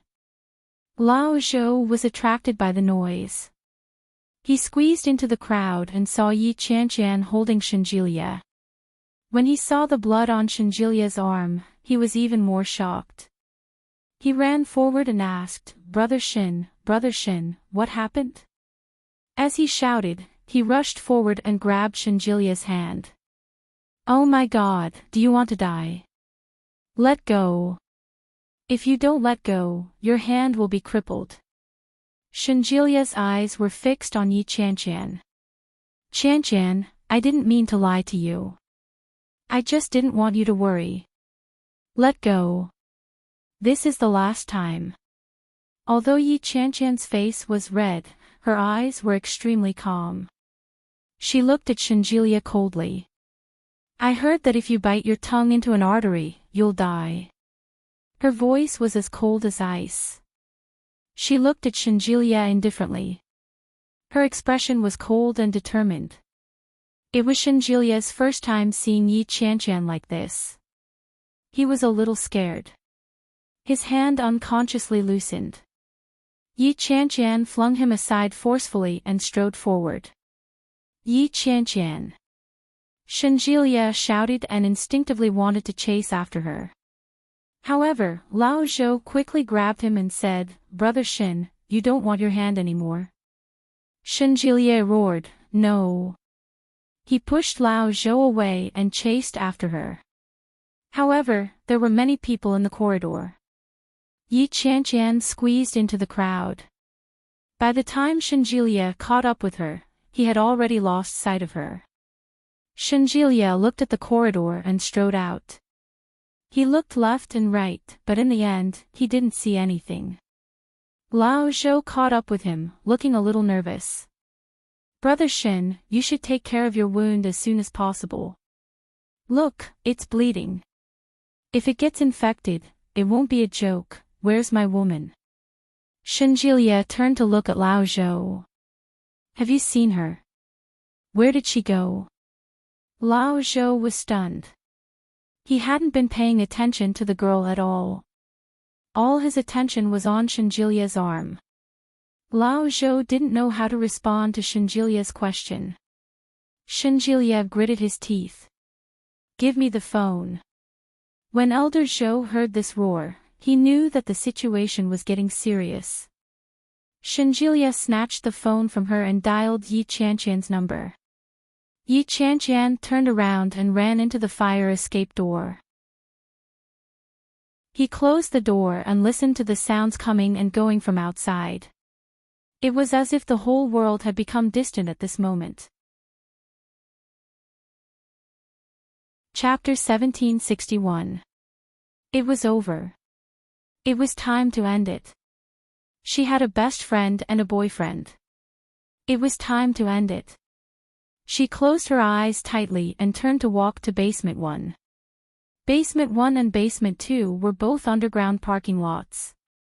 Neither Shenjilia nor Fang Tongtong could go there. Yi Qianqian jogged down the stairs.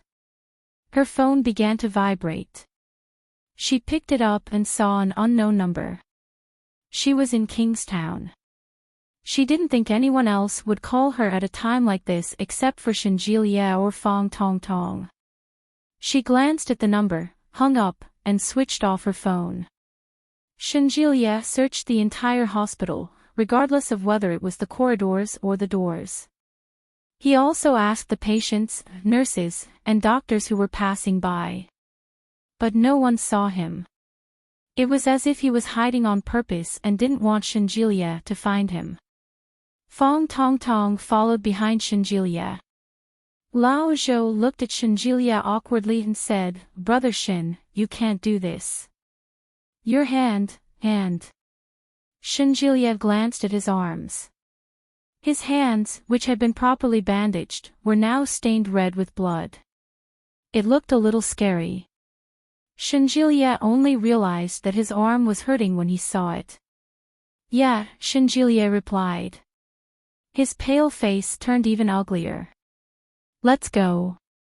No matter what, you have to take care of yourself first before you explain this misunderstanding to sister-in-law. Lao Zhou scratched his head. He was already clumsy, but he didn't know what else to say. He subconsciously glanced at Fang Tong Tong. Lao Zhou felt even more awkward.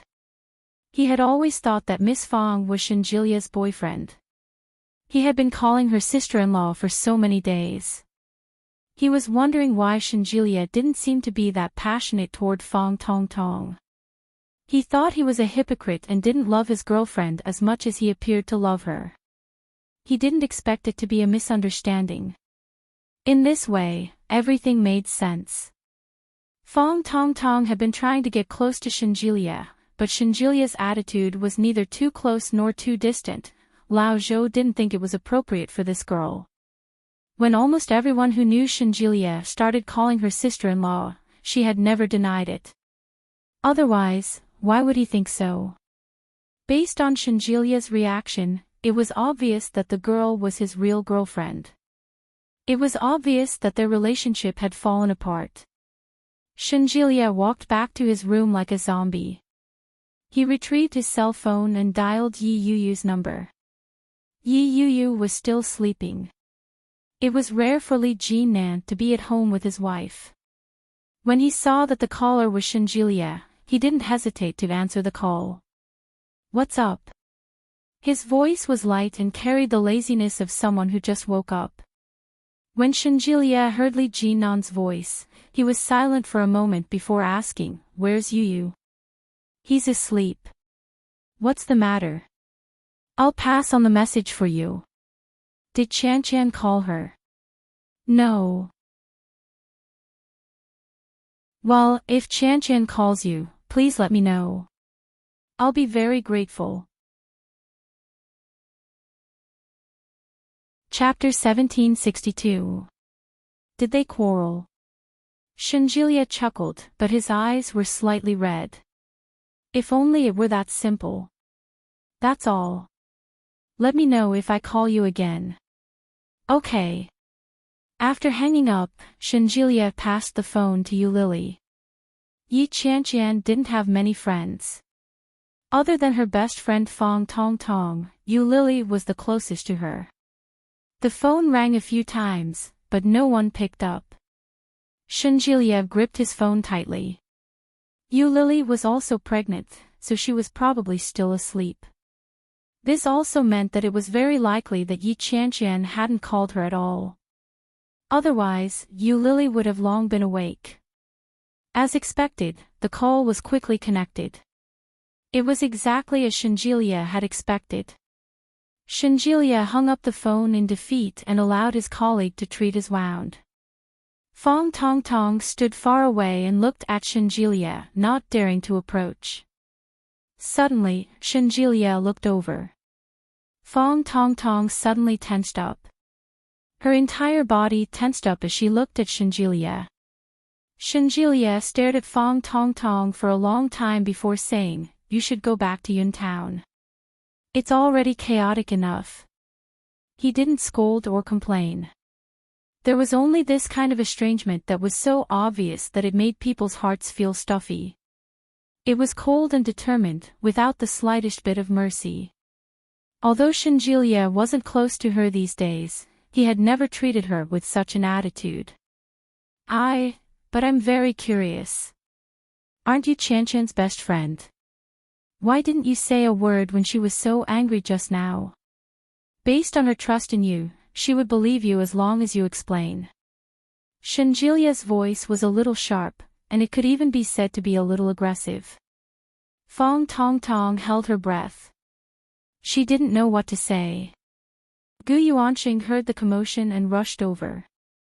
He heard Shinjilia's words the moment he entered. When he heard that, he knew things weren't simple. He was about to speak up for Fong Tong Tong when he saw Shinjilia's slightly swollen face the moment he entered. It was red and swollen. Gu Yuanqing swallowed the words that were on the tip of his tongue and said, "Brother Shin, your face." Shinjilia's eyes were fixed on Fong Tong Tong as he asked indifferently, "Did you tell her something else?" Fong Tong Tong's eyes were fixed on Shinjilia. Fong Tong Tong didn't know how to respond to his interrogation. Or rather, when faced with such a Shinjilia, her reflexes had been forced to slow down by half a beat. She did something bad. But how could she say it? How could she say it here? I didn't. Qianqian's personality has always been like this. You've lived with her for so long. You know her very well, don't you? She's always been like this since she was young. She'll be happy if things go her way, and she'll make a fuss if things don't go her way. Fong Tong Tong looked at Shinjilia. But this was the truth, wasn't it? Yes, that was the truth. That's the kind of person Qianqian is. She likes to make a mountain out of a molehill. The only reason she's treating you like this now is because she doesn't love you enough. Otherwise, why wouldn't she listen to your explanation? Chapter 1763. Fong Tong Tong's words were harsh and hurtful. When the people in the ward heard that, they couldn't help but look at each other. Finally, their gazes fell on Shinjilia. Shinjilia's face, which was already dark to begin with, darkened. For a long time, Shinjilia had always given people the impression of a warm spring breeze. He was an outstanding man who relied on his own strength to sit in this position at such a young age. Shinjilia was not only capable, but he also had an enviable temper. Everyone there was the same. They had never seen Shinjilia with such an expression. "What business is it of yours?" Shinjilia looked at Fong Tong Tong coldly. "I know how my own woman treats me." There was not the slightest warmth in his gaze. Fong Tong Tong was a little frightened by Shinjilia's behavior. She mumbled, "How can it have nothing to do with me? Yi Qianqian is my best friend. She can slap you indiscriminately now, but what about next time? Have you thought about what will happen next time? Yi Qianqian has always been this unruly and willful. She doesn't care about other people's feelings at all. You heard what she said just now. It's obvious that she misunderstood us, but she didn't even listen to our explanation. Aren't you angry at all?" Yi Qianqian looked at Shinjilia. "Fong Tong Tong," Shinjilia interrupted her and said coldly, "You claim that Yi Qianqian is your bestie, but based on what I know, a bestie is equivalent to a brother in a man's circle." When Fong Tong Tong heard that, she didn't know what he was trying to say. She looked at Shinjilia and didn't know what to do. "To be honest, if my brother talked bad about me in front of my girlfriend like this, I wouldn't hesitate to break up with him." Fong Tong Tong was shocked and tried to defend herself. "But I'm telling the truth." "The truth?" Shinjilia's expression darkened even further. "Yi Qianqian treats you with all her heart. What about you? You're telling her boyfriend the truth." "Old Shin, I'm doing this for your own good." Fong Tong Tong's voice sounded much weaker than before. "That's enough." Shinjilia smiled, but there was an indescribable sarcasm in his smile. "It's all my fault." "Shinjilia." Fong Tong Tong was at a loss. "You should leave. I don't think there's anything left to say between us." Shinjilia looked away and looked at the wound that he had just bandaged. "I don't think Qianqian needs a bestie like you anymore." Fong Tong Tong subconsciously recalled Yi Qianqian's near breakdown state earlier. At the same time, she also recalled what Yi Qianqian had said to her the night before. "Best friend," the hospital's underground parking lot was huge. It was so huge that it took Yi Qianqian more than 10 minutes to walk out of the hospital. The people who came and went seemed to have witnessed the farce just now, and there might be people who recognized her, so they took a few more glances at her. The sun was scorching, and Yi Qianqian's entire body trembled unconsciously. Even her eyes felt like they were being ironed. Layers of scorching heat rose up, stirring up a dense mist. Yi Qianqian's vision was blurry. She lowered her head and walked aimlessly like a loser. Yi Qianqian would never have imagined that her best friend and her boyfriend would end up together. Chapter 1764. Yi Qianqian walked to the side of the road in a daze and looked for a taxi. When she got in the taxi, the driver glanced at her and asked, "Where to?" To where? Yi Qianqian didn't know either. Go home. No, she didn't want to go home. When she thought about how Fang Tongtong had intruded into the happy nest she thought she had with Shenjilia, she couldn't help but feel disgusted. Her best friend had become a mistress. How could she encounter such a melodramatic thing? Yi Qianqian's lips twitched and she asked, "Do you know any fun places around here?" It's not a stupid place to go alone. The driver could tell that Yi Qianqian was in a bad mood and asked, "Are you in a bad mood?" Yeah. Did you quarrel with your boyfriend? We broke up. Of course I have to eat alone when I'm heartbroken. Have you eaten? No. Yi Qianqian pursed her lips and touched her stomach. I'm really hungry. Do you know where to go now? I don't know. Yi Qianqian pursed her lips, and she couldn't hold back her tears. That B** usually cooks. The driver was speechless. When he saw her like this, he sighed and said, "I'll take you to a good place. My wife likes to eat desserts there.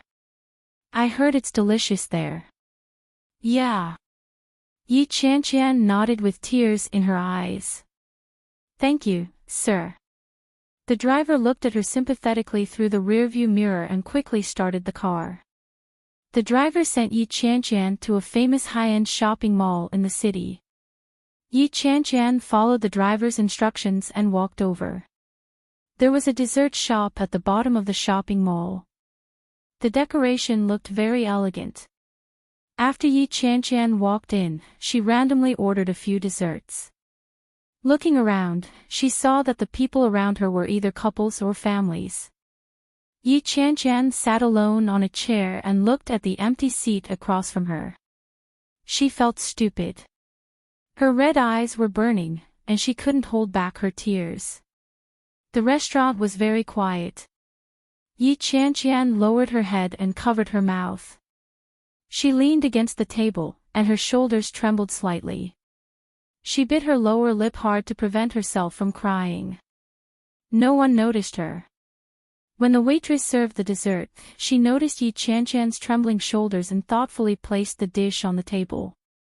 She gently knocked on the table and softly said, "Eat it while it's hot. It won't taste as good when it's cold." Yi Qianqian raised her head slightly and glanced at the exquisite dishes in front of her. She sniffed and reached out to pull them over. "Thank you." His voice was low and choked with sobs. The waiter smiled and quickly left. But when he returned, he was holding a small toy in his hand. It was a small doll in the classic Super Mario style, small and cute. The waiter pressed a button, and then the Super Mario ringtone sounded. It was cute and funny. With tears in her eyes, Yi Qianqian raised her head and glanced at the waitress. The waiter's eyes curved slightly as he said, "It's for you." "Thank you." Yi Qianqian pressed the button a few times. The ringtone sounded again and again. It was very cute. After Yi Qianqian finished her meal, the waiter even gave her a discount when she paid the bill. Yi Qianqian found it a little amusing. She didn't know that she could get such an advantage by eating alone. Walking out of the mall, the sun was even brighter. Chapter 1765. Yi Qianqian looked up and saw the five-star hotel directly across the street. Next to the hotel was a KTV. Yi Qianqian booked a room and ordered 24 beers. The reason was that the most cost-effective drink here was beer. Buy 12, get 12 free. Yi Qianqian asked for the smallest private room in the most remote corner of the room and chose all the songs on the charts. Yi Qianqian leaped onto the table and howled, "I'm dead. Love them all." The waiter stood at the door and frowned as he listened. That was King awful. At first, the waiters would come and take a few glances, but in the end, they couldn't stand it anymore and no one approached. Yi Qianqian downed bottle after bottle. When it came to beer, Yi Qianqian never restrained herself. In the past, Yi Qianqian would drink a cup or two if she had nothing to do. However, ever since she started dating Shenjilia, Yi Qianqian had stopped drinking. First, it was because Shenjilia didn't like it. Second, it was because Shenjilia refused to buy it. This time, he had to drink to his heart's content. Yi Qianqian gulped down a few bottles. Suddenly, a familiar melody filled the air. She used to like a song very much, Fan Weiqi's One Like Summer, One Like Autumn. If it weren't for you, I wouldn't believe it. A friend is more devoted than a lover. Even if I'm too busy dating to freeze you. You don't hate me. You just yell at me. If it weren't for you, I wouldn't be sure. A friend listens better than a lover. My unspoken words, my thoughtless words. I can't leave, darling, and I can't leave you. Yi Qianqian screamed out the lyrics in tears and threw the microphone away in the end. Go to hell with your bestie. Yi Qianqian screamed. Tears streamed down her cheeks. He sat down and opened a few more bottles. From 11:00 in the morning until 1:00 in the afternoon. Yi Qianqian had already drunk more than a dozen bottles. She was lying on the sofa, groggy and half-dead. Burp. Yi Qianqian burped, stood up, and stumbled into the bathroom. After the water was drained, the loud music in the room was still playing. She was the only one in the small room, and the floor was littered with wine bottles. Yi Qianqian leaned back on the sofa, her whole body sprawled out. Yi Qianqian was lying down when she suddenly rummaged through her bag. He took out the phone that had been switched off for a long time and turned it on. The words on the phone were no longer clear. Yi Qianqian couldn't even tell whether it was one word or two. After staring at the screen for a long time, she finally saw that Shenjilia had made more than 20 calls. There were more than 40 missed calls. Shenjilia, Fong Tong Tong, Yu Lily, Yi Yu Yu, there were quite a lot of people. There were also hundreds of WeChat messages and a series of messages bombarding him. Yi Qianqian chuckled. She opened the keyboard and dialed a string of numbers that she had memorized by heart. However, when she dialed the number, it turned into 3 words, Shenjilia. It was as if the person on the other end of the line had been waiting for her call. As soon as the call connected, Shenjilia immediately picked it up. Hello. Burp. Yi Qianqian snorted and didn't say a word. When Shenjilia heard the voice, he was delighted. Qianqian, is that you? Where are you? Jilia. It's me. Are you drunk? I'll pick you up now.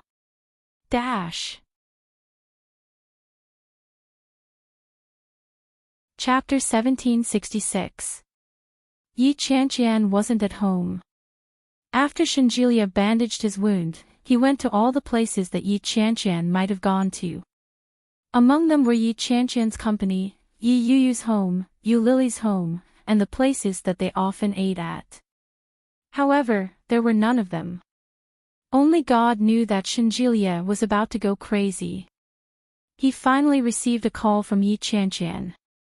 When Shinjilia heard Yi Qianqian's drunken voice, the weight in his heart didn't drop. Instead, it was suddenly lifted, and his nerves were stretched to the extreme. Shinjilia's anxious voice came through the phone. In a daze, Yi Qianqian felt waves of grievance engulf her. The anger that had been suppressed in her heart for a long time surged out. Yi Qianqian burst into tears. She didn't even try to hide her sobs. The earth-shattering cries were transmitted through the KTV microphone to the entire room, echoing incessantly. The waiter heard the commotion and quickly came over to take a look. There were many bottles of alcohol in front of Yi Qianqian. She was lying unsteadily on the sofa. Shinjilia, you be ****. Shinjilia felt that something was wrong. He asked, "Where are you?" "I'll go find you." "Don't scare me, Qianqian. Things are not what you think they are." F*****. Yi Qianqian cried and screamed. She rubbed her eyes hard. "I must have been blind to have fallen for someone like you.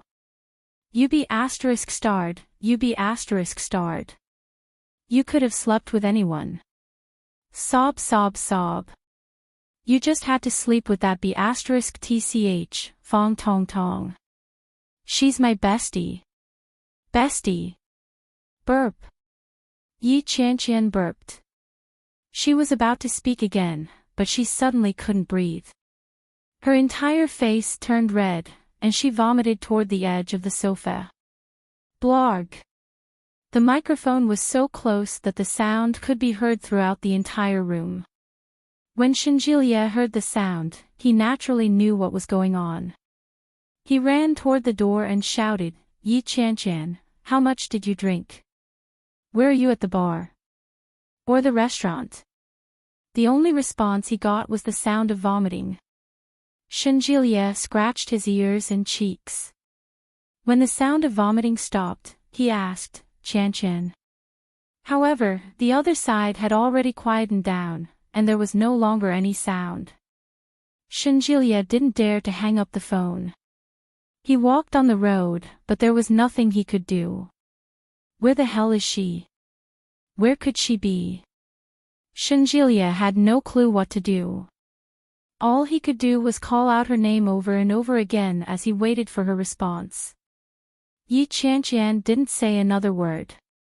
It was as if she had fallen asleep. Silence. It was eerily quiet. Shinjilia could feel the pain radiating from his hand. As he looked at the wound, Shinjilia couldn't help but recall what Fong Tong Tong had said in the ward. "Yi Qianqian has never thought about marrying you. Do you think she'll grow old with you? Don't be naive. This is just your wishful thinking." This sentence was like a magic sound lingering in his ears, lingering in his mind. Just wishful thinking. Yi Qianqian had always made it very clear that she didn't want to get married for the time being. Chapter 1767. Under such circumstances, Shinjilia couldn't be sure how much of what he said was true and how much was false. Perhaps Yi Qianqian only wanted to test his loyalty to her under those circumstances, or perhaps Yi Qianqian was serious. However, there was no doubt that even if Yi Qianqian had such intentions, it had been completely erased by his adultery with Fong Tong Tong. Shinjilia sat on the sofa in frustration. He scratched his head as he listened to the silence on the other end of the phone. Even if he really had a chance, he had already dug his own grave. This feeling was even more unbearable than not having one in the first place. Defeat. Many things in Shinjilia's life had been smooth sailing. He had always prided himself on his intelligence. This was the first time he had encountered such an embarrassing situation. Shinjilia closed his eyes. After some time, Yi Qianqian's voice suddenly came from the other end. Shinjilia perked up and immediately sat up straight. "I'm here." However, the voice on the other end seemed to be just sleep-talking. Very soon, there was no sound. Shanjilia, the voice was extremely soft and soft. Shanjilia quietly listened to the movements on the other end and said softly, Chan, tell me where you are. I was wrong. I was really wrong. Yi Chan heard a low intake of breath on the other end. She sounded extremely aggrieved, but she didn't cry out. Yi Chan-chan's stomach was full of water. It didn't take long for her to want to use the toilet. She subconsciously sniffled and got up. Vaguely, she seemed to hear Shanjilia's voice. However, after looking around, she couldn't find anything. Yi Chan didn't care. She stumbled into the bathroom in the private room. After turning on the water, she felt extremely thirsty. When she walked out, she saw a bottle of beer and opened it. Yi Chan tilted her head back and took a big gulp. She gulped down half a bottle in one go. Yi Chan wiped her mouth and looked up at the screen. The song was still playing, but Yi Chan had turned off the volume. Yi Chan pressed the button to play the song again. Shanjilia immediately heard the exaggerated and terrifying music. Caught off guard, Shanjilia jumped in fright. He looked at his cell phone and confirmed that he was indeed on the line with Yi Chan. Yi Chan hollered into the microphone, of course it's my fault. Why did you suddenly leave and leave me behind? Why did you see through it so quickly? Why did you leave me behind? A drunken voice with a lisp. There were even some parts that were read out directly, and the tone couldn't even keep up. Shanjilia was speechless. KTV. Drinking in a KTV. Shanjilia immediately got up, opened the door, and walked out. Yi Chan finished all the beer, and her face was shockingly hot. Her head was dizzy. She grabbed her bag and stumbled out. I'm home, I'm home, I'm home. Yi Chan muttered under her breath. She pressed the button for the elevator and went downstairs. He looked around. A drunken woman like Yi Chan was very eye-catching. His whole body reeked of beer as he stumbled along with a bag. What Yi Chan had always wanted to do, but was reluctant to do, was to splurge on a night at a 5-star hotel. As the saying goes, drinking boosts courage.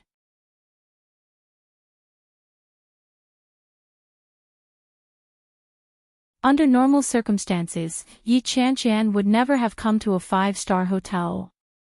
First, it was expensive. Second, it was expensive. Third, it was expensive. Oh whoa, I was actually so impulsive, I miscalculated. Yi Chan-chan's heart ached as she searched for her cell phone. She wanted to see what time it was, but she couldn't find her cell phone anywhere. Damn it. Yi Chan knocked her head. She was so annoyed that she had nothing to say. Even his phone was gone. Who could compare to such bad luck? Chapter 1769. Hello, front desk. Hello, what time is it now? Yi Chan-chan's voice was filled with annoyance. The receptionist was stunned when she heard that. She looked at the time and said, "Hello, madam. It's 1:32 in the morning now. How may I help you?" "Well, do you have hangover tea? Get me something to eat while you're at it." "Yes, madam. I'll arrange for a specialist to take your order. Please wait a moment." "Okay. Thank you." Yi Chan hung up the phone and lay on the bed like a corpse. Her head was throbbing. She seemed to have downed 24 bottles of wine on her own. There were exactly 24 bottles. This was the first time Yi Chan had drunk so much wine, and she had done it alone. Other than going up and down to the toilet and vomiting a few times, there didn't seem to be much of a difference. Yi Chan suddenly admired herself. She had gone to a place like a KTV alone and drowned her sorrows in alcohol like a fool. However, it turned out that it didn't work at all. Not only did it not drown her sorrows, but it also caused her to have a hangover. After a while, the waiter came to take their order. After Yi Qianqian ate and drank the hangover soup, she felt much better. After taking a shower, Yi Qianqian slept all the way until dawn. When she woke up, the sky was already bright. Yi Qianqian looked out the window and saw that the sky was already bright. Suddenly, she rolled out of bed like a carp. I'm doomed. I'm doomed. She still had to go to work today. Yi Qianqian immediately rushed to the bathroom. After washing up, she picked up her bag and went downstairs to check out of the room. When she checked out, Yi Qianqian's eyes immediately fell on the big clocks behind the cashier's counter. I'm doomed. It's already 8:30. Yi Qianqian paid the bill. She wanted to cry but had no tears. She rushed out to hail a cab. It was reported that this place was a full 30 kilometers away from the headquarters of Eurasian Comics. In other words, it seemed that she was going to be late no matter what. Yi Qianqian hugged her bag and panicked in the car. Leaders always had the ability to do everything well when things were good. However, when you were late, no matter how good they were to you, they would always have a million ways to scold you. Less than 5 minutes after Yi Qianqian got into the car, the situation dissipated significantly. Now that she was free, Yi Qianqian didn't even have a cell phone. It would take her at least 40 minutes to get to the office from there. She didn't have anything to kill her time with, so her brain started to churn. The emotions that she had been able to toss to the back of her mind since yesterday suddenly surged up and mixed up all of her thoughts. It was difficult to ignore them now. Yi Qianqian's breathing quickened. She twisted the strap of her backpack and stared at her fingernails without blinking. Due to the traffic jam, it was already 9:20 p.m. when Yi Qianqian arrived at the office. 20 minutes late. Yi Qianqian was no longer flustered. $100 would be deducted if she was half an hour late, and $100 would still be deducted if she was 20 minutes late. It was better to slow down and not waste her time. What Yi Qianqian didn't expect was to see a familiar figure standing at the entrance of the company when she reached it. It's over.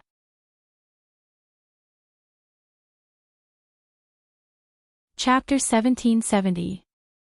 Yi Qianqian couldn't dodge in time and stopped in her tracks. Why would I see the chief editor here? Could it be that she had been late too many times recently, so this leader had come to the door to reprimand her? At the thought of that possibility, Yi Qianqian panicked even more. Yi Qianqian met the chief editor's gaze and smiled sheepishly. When the chief editor saw Yi Qianqian, she immediately stopped making the call and looked at Yi Qianqian with a dark expression. When Yi Qianqian saw the situation, she knew that things were not looking good. No matter what, he was still a leader.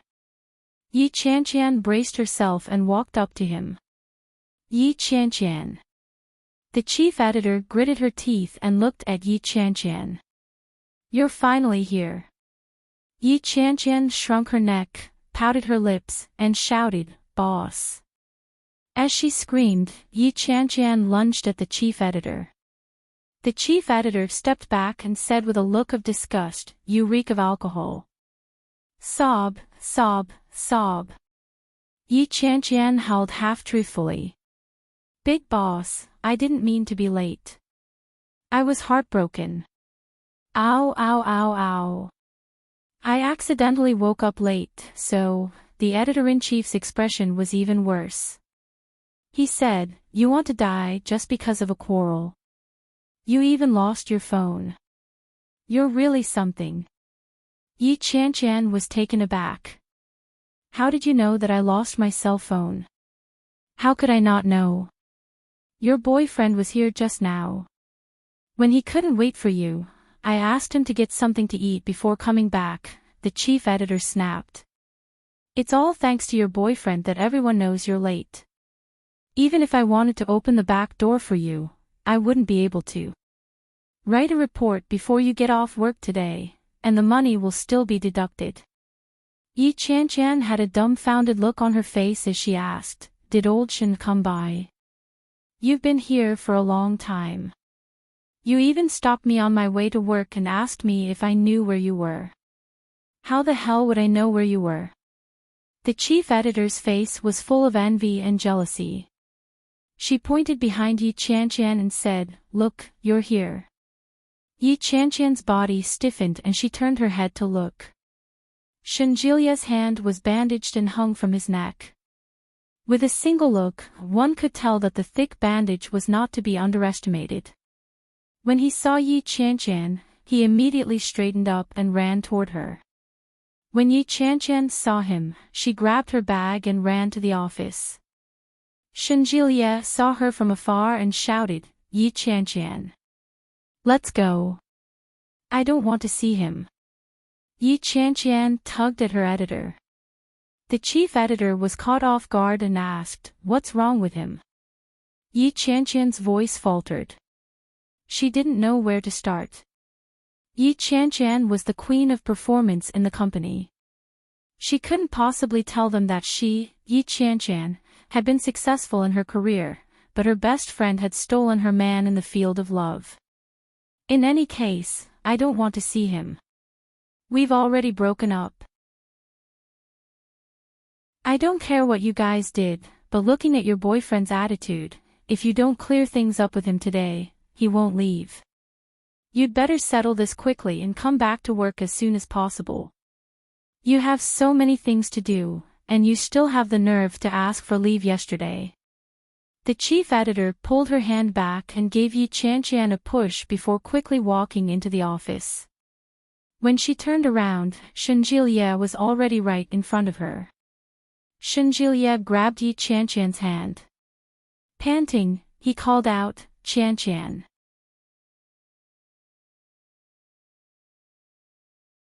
Chapter 1771. The emotions that she had suppressed with much difficulty were stirred up again. Yi Qianqian raised her head to take a look. Shen Jilia's face was a little pale. There were dark circles under his eyes, and there was a thin layer of stubble on the side of his mouth. His originally bright and clean face seemed to have aged quite a bit in the few days that they had not seen each other. Yi Qianqian pursed her lips. She felt terrible. Everything had changed in the few days that they had not seen each other. How much could a person's heart contain? She had never known that the man that she had always trusted and relied on could coax her into submission and seduce her best friend at the same time. What Yi Qianqian had never expected was that Shen Jilia could still shamelessly come up to her even after she had already seen through him. Yi Qianqian laughed coldly. She waved her hand impatiently and shouted, Are you done yet? I already said that we broke up. Qianqian, listen to my explanation. It's true. Fong Tong Tong and I are not in the kind of relationship that you think we are. The reason why she came to the hospital to see me was because I didn't want you to worry. Didn't I tell you a few days ago that I have a female patient who was a mistress? She even aborted her child, so she has some mental problems. Yi Qianqian listened to Shen Jilia's words with a cold expression. She did not speak, but there was not much of an expression on her face either.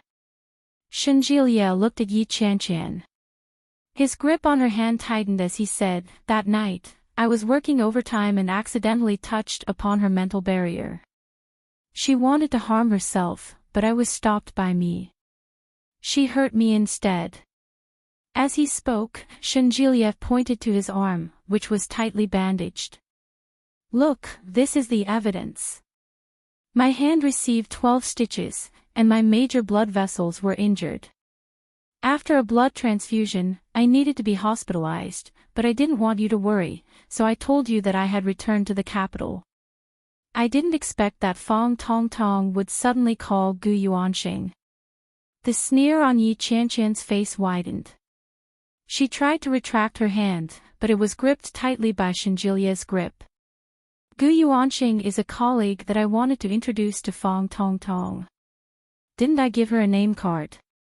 At that time, Gu Yuanqing told her. When she said that she wanted to come and take care of me, I rejected her, but she said that she wanted to tell you. I was afraid that if you found out that I was lying to you, you'd be unhappy, so... Are you done? Yi Qianqian's voice was cold, and her face was expressionless. She looked at Shenjilia, who was holding her hand, and asked, "Are you embarrassed?" When Shenjilia saw her expression, he knew that Yi Qianqian didn't believe him. His heart was burning with anxiety as he shouted, "What I said is true, Qianqian. Oh, then can you let go of me now?" When Yi Qianqian said that, her heart felt like it was being pricked by needles. She looked at Shenjilia with a look of mockery in her eyes. "I've heard your explanation. You can leave now. I have to go back to work. I'm very busy." Shenjilia looked at Yi Qianqian. "Yi Qianqian." Shenjilia's eyes were red. "What do I have to do for you to believe me? I really didn't have anything going on with Fong Tong Tong. If there really was anything going on between me and Fong Tong Tong, I'll be struck by lightning and die a horrible death." "Fine, I believe you. Let go of me. I'm going to work." Yi Qianqian.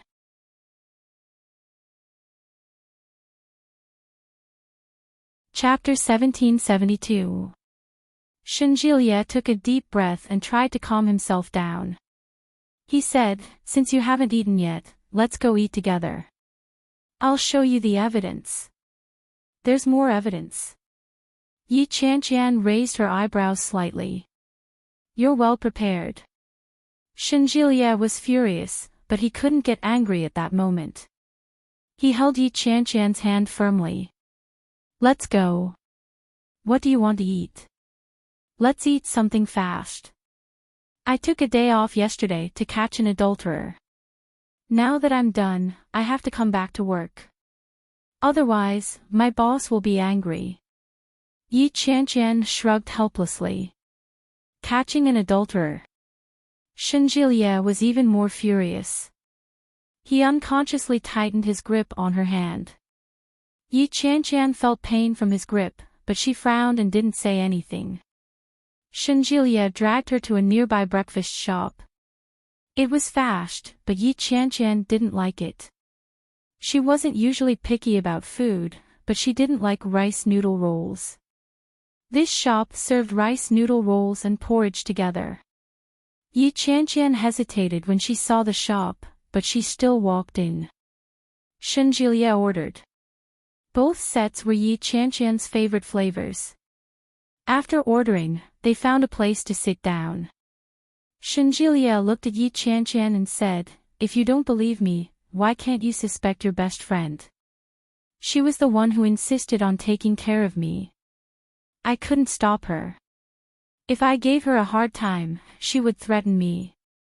The fact that you were threatened means that you have something on you. You must have done something wrong, right?" *T. Shenjilia panicked. "You're my weakness. You're my weakness. The worst thing I've ever done is that I didn't dare tell you when someone stabbed me. I even told you that I went to the capital. God knows how I managed to survive these past few days. I've always been worried that the woman with the surname Fong would betray me. If you found out that I was lying to you, I'd definitely die a horrible death." As Shenjilia spoke, he didn't forget to look at Yi Qianqian. Yi Qianqian didn't seem to have much of an expression on her face. She stared intently at the wooden table in the shop. Shenjilia sighed and said, "It's all good now. I don't have to worry about being betrayed anymore. The current situation is even worse than being betrayed by her." "Did she say something to you?" Based on Yi Qianqian's personality, it was difficult to change her mind once she set her mind on something. However, it wasn't easy for Yi Qianqian to set her mind on something. When Yi Qianqian heard Shenjilia's question, the corners of her mouth twitched, but she didn't say a word. In Shenjilia's eyes, such a small expression was tantamount to a direct admission. Qianqian, we've been together for so many days. You felt how I've treated you. You should know better than anyone else what kind of person I am. You can't just give me a death sentence based on one side of the story from someone else. Hello, here is your meal. Thank you, Yi Qianqian said and pulled the food in front of her. Shenjilia's eyes were fixed on Yi Qianqian. He was extremely serious as he said, "You're being unfair to me." "Tong Tong likes you," Yi Qianqian suddenly said. "She likes you very much." "So what?" Shenjilia retorted reflexively, but he soon had a bad feeling. He narrowed his eyes and said dangerously, "Don't tell me, you're thinking of giving up your boyfriend to her." Chapter 1773. When Shenjilia saw Yi Qianqian's reaction, he was even more certain of his guess. It was highly possible that Yi Qianqian was thinking the same thing. Shenjilia clenched his teeth in anger. He slammed his fist on the table and growled, "Yi Qianqian, what do you take me for?" Shenjilia's voice was not loud, but he slammed the table firmly. Many people around them looked over. Yi Qianqian looked around and felt her face burning. She tugged at Shenjilia and rebuked him, "What are you doing? Do you want everyone to know that we're quarreling? Why don't you tell me what you mean?" Shenjilia's expression was still ugly, but his voice was lower. "Or perhaps, you wanted to break up with me a long time ago, and Fang Tongtong's incident was just an excuse." Yi Qianqian was annoyed when she heard that. King cheated on me, and you're trying to pin the blame on me. Shenjilia, how can you be so shameless? Shenjilia's face turned even darker. "I didn't. No matter how many times you say it, I didn't. I don't know what Fang Tongtong said to you, but even if there were 10 women like her, the outcome would be the same. I don't like women like that. I like you." Yi Qianqian pursed her lips. "Tong Tong told me that you two are in love with each other and have a lot to talk about when you're together. Indeed, I've seen it too. Your relationship is indeed very good. On the contrary, I'm more like a third party in the middle. You two are in love with each other. Have a lot to talk about?" Shenjilia laughed. "Other than her sucking up to me, what other common topics do we have? Furthermore, if every girl I get along with did the same thing, I wouldn't have lived to this age. Qianqian, you're insulting my character. Do you dare to say that you don't like Fang Tongtong?" "I don't." Yi Qianqian pursed her lips and didn't say anything. She lowered her head and took a sip of porridge. She pushed the rice noodle roll in front of Shenjilia without saying a word. Shenjilia was also hungry. He hadn't had a proper meal since yesterday. When he saw Yi Qianqian's face, his uneasy heart finally calmed down. He took the rice noodle roll and ate slowly. Both Shenjilia and Yi Qianqian tacitly stopped talking. Since he had already said it, Yi Qianqian should understand. She understood him as he understood her. Indeed, Yi Qianqian knew exactly how much truth there was in his words. After all, Shenjilia had nothing to gain from her. Except for the sex that he hadn't experienced for days. But with Shenjilia's qualifications, as long as he said the word, countless girls would throw themselves at him and let him choose. But Shenjilia had chosen her. He had shamelessly begged for her forgiveness and her trust. She tried her best to control her temper and explain herself. He didn't have to do this. However, it was precisely because he knew that he felt bitterly disappointed. Her best friend, who had grown up with her, actually lied to her like this for a man. Fong Tong Tong had never left Yun Town, and she had never interacted with much of society. However, she had such shrewdness and means. She clearly understood her temperament and knew all of her weaknesses. She knew very well that Yi Qianqian would lose her mind because of her words and Shenjilia's deception. However, Fong Tong Tong was wrong about one thing. Yi Qianqian truly loved him and Shenjilia.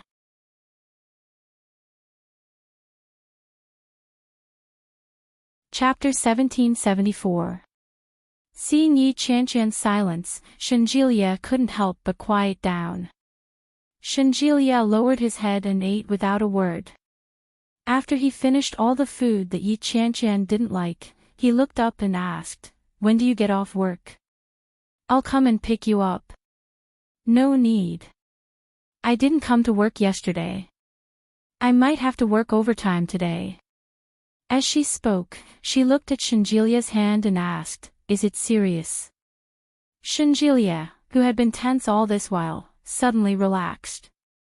When he saw the worry in Yi Qianqian's eyes, a smile gradually appeared in his eyes as he replied, "It's not serious."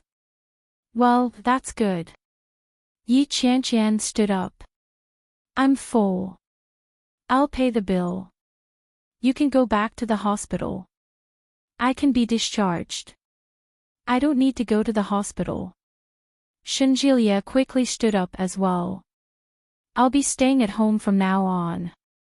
The hospital has approved a month's leave. I'll just have to wait for the stitches to be removed before going to the hospital." "Oh." She turned around and said, "I'll pay the bill. Take your time. I can't finish it." "Yeah." Shenjilia looked at her back. "Go ahead then. I'll pick you up tonight." "There's no need." Yi Qianqian turned around without looking back. Shenjilia sat down and breathed a sigh of relief. Yi Qianqian arrived late. When she returned to the office, it was already past 10 o'clock. After more than an hour of work, it was lunch break. Yi Qianqian had just finished her meal, so she wasn't hungry. She sat in the office, unfinished with her work. However, this kind of hard work was not quiet. After a while, he received a call. Fong Tong Tong. When Yi Qianqian saw the name, she immediately stopped what she was doing. Her phone vibrated incessantly. Fong Tong Tong's name was very eye-catching, the cutest bestie. Cute. Best friend. Yi Qianqian thought about it for a moment and decided to hang up. She used the system's text message to reply, "Hello, I'm busy right now. Call me back later." His friendly tone was so distant that it was indescribable, but everything seemed to be a matter of course. However, Yi Qianqian felt a little sad. She stared at the computer in front of her, but she couldn't seem to get into working mode. Ding dong, Fong Tong Tong was on WeChat. "Cutest bestie, Qianqian, I'm back in Yun Town." It was just a few words, but Yi Qianqian stared at it for a long time. A few minutes later, Fong Tong Tong sent another WeChat message, "Old Shen is a good man. Cherish him. Don't be so willful in the future. The slap you gave him yesterday made him very sad." Yi Qianqian laughed in exasperation. "Sisai, let's talk. Where are you?" "Cutest bestie, home, Sisai, my house." "Cutie bestie, yeah, I'm packing. Old Shen is helping me too. He's trying to persuade me not to leave, but I don't think it's appropriate." "Cutie bestie, I know what I said might cause you to misunderstand, but I've never told you that the person I'm taking care of recently is my boyfriend." "You've misunderstood." Yi Qianqian found it more and more miraculous. She laughed out loud and sent a few question marks over. But no matter how she looked at it, she felt that the word "best friend" was extremely irritating. She clicked on it and changed it to scheming **TCH.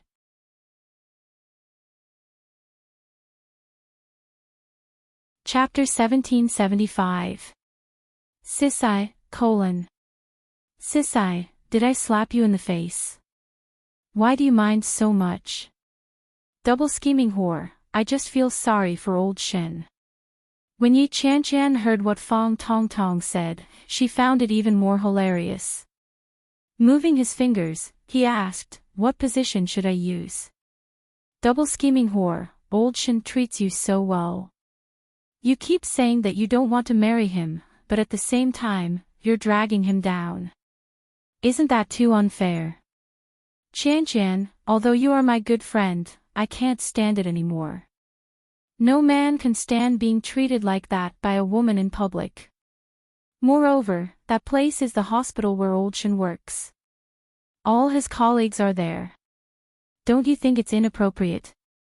The more Yi Qianqian read, the darker her expression became. Scheming whore, I think you should apologize to Shinjilia and admit your mistake. Maybe old Shin will forgive you. Sissy, really? Is that so? Sixy, alright, shut up. I'll handle my own business. Aren't you going back to Yuntown? Go back. I'll look for you when I'm free. Perhaps one day when they met again, she would still be her, and she would still be her. After all, they were from the same place and grew up together. It was impossible to say that they would not have any connections in the future. They threw this matter to the back of their minds and forgot about it. Yi Qianqian looked at the string of words she had sent out. Her eyes darkened, and her emotions were complicated. This was the biggest concession she could make. Fong Tong Tong, oh, Fong Tong Tong, don't force me. However, Fong Tong Tong did not seem to give up. She sent another message. Qianqian, I know you're angry at me, but what I said is for your own good. Double scheming whore, you like old Shin so much, and I don't want you two to break up. As long as you apologize, this might be over. Old Shen is so nice to you, he won't hold a grudge against you. The corners of Yi Qianqian's mouth twitched, and her eyes were filled with mockery. Sissy, Shinjilia told you. Double-minded whore, no, that's what I think. Sissy, you like Shinjilia so much. If I break up with Shinjilia, wouldn't that be perfect for you? Double-minded whore, Qianqian, you misunderstood. I don't really like him. Sissy, you told me that yourself, didn't you? You said that you liked Shinjilia very, very much, and that you wanted to be with him. Moreover, the two of you loved each other. Am I dreaming? Weren't you the one who said that? Fong Tong Tong seemed to have sunk into silence. She did not reply for a long time. There was a fire burning in Yi Qianqian's heart. The message that Fong Tong Tong had sent was literally a plea for peace. Given Yi Qianqian's personality, there was no way she would apologize to anyone when she wasn't in the wrong. Especially Shinjilia, the boyfriend who had cheated on her. Yet, Fong Tong Tong said those words so naturally. Her motive was already very clear. This was, sowing dissension. If Shinjilia hadn't already found her, Yi Qianqian might have believed him. But now, it was clear that Fong Tong Tong had lost the initiative. Double-minded whore, I did say that, but that was just to hide the fact that old Shin was in the hospital. I didn't do it on purpose.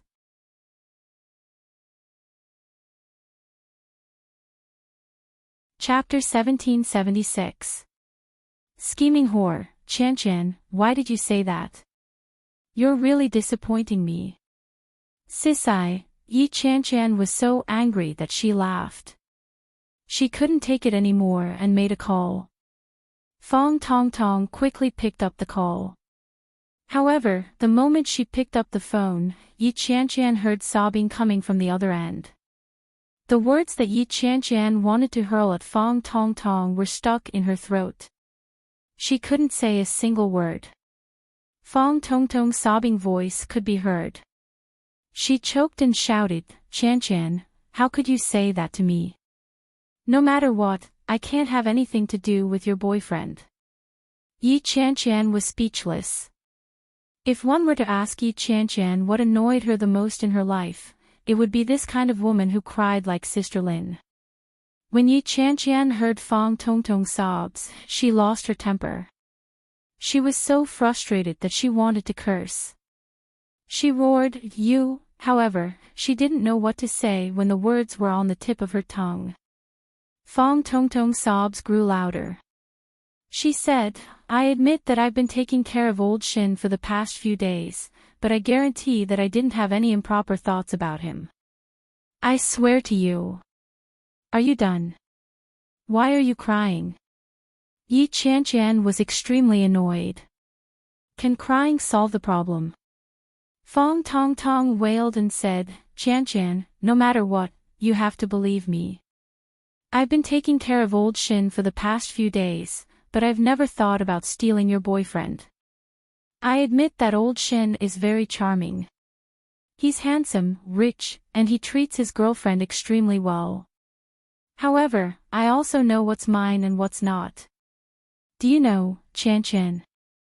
I really treat you as my best friend and bestie. This time, if old Shin hadn't stopped me from telling you about us, what happened between me and old Shin would have been an accident. If old Shin hadn't stopped me, I would have said that I've let you down." "What?" Yi Qianqian felt as if her heart was being squeezed tightly. "What did you say happened between you and Shinjilie? What accident?" Fang Tongtong's sobs stopped abruptly. It was as if she immediately realized that she had said the wrong thing. Her voice became a little sluggish. What do you mean? Tell me clearly." Yi Qianqian's voice wasn't very calm. "What happened between you and old Shin?" "Accident."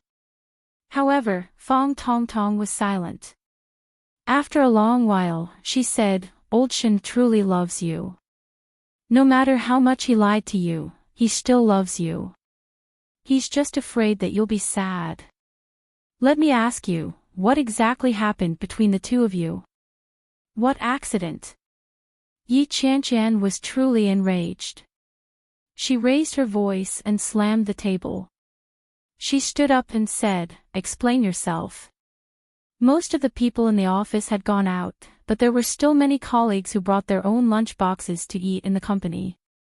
They were eating when they heard Yi Qianqian's roar. Everyone turned to look at her.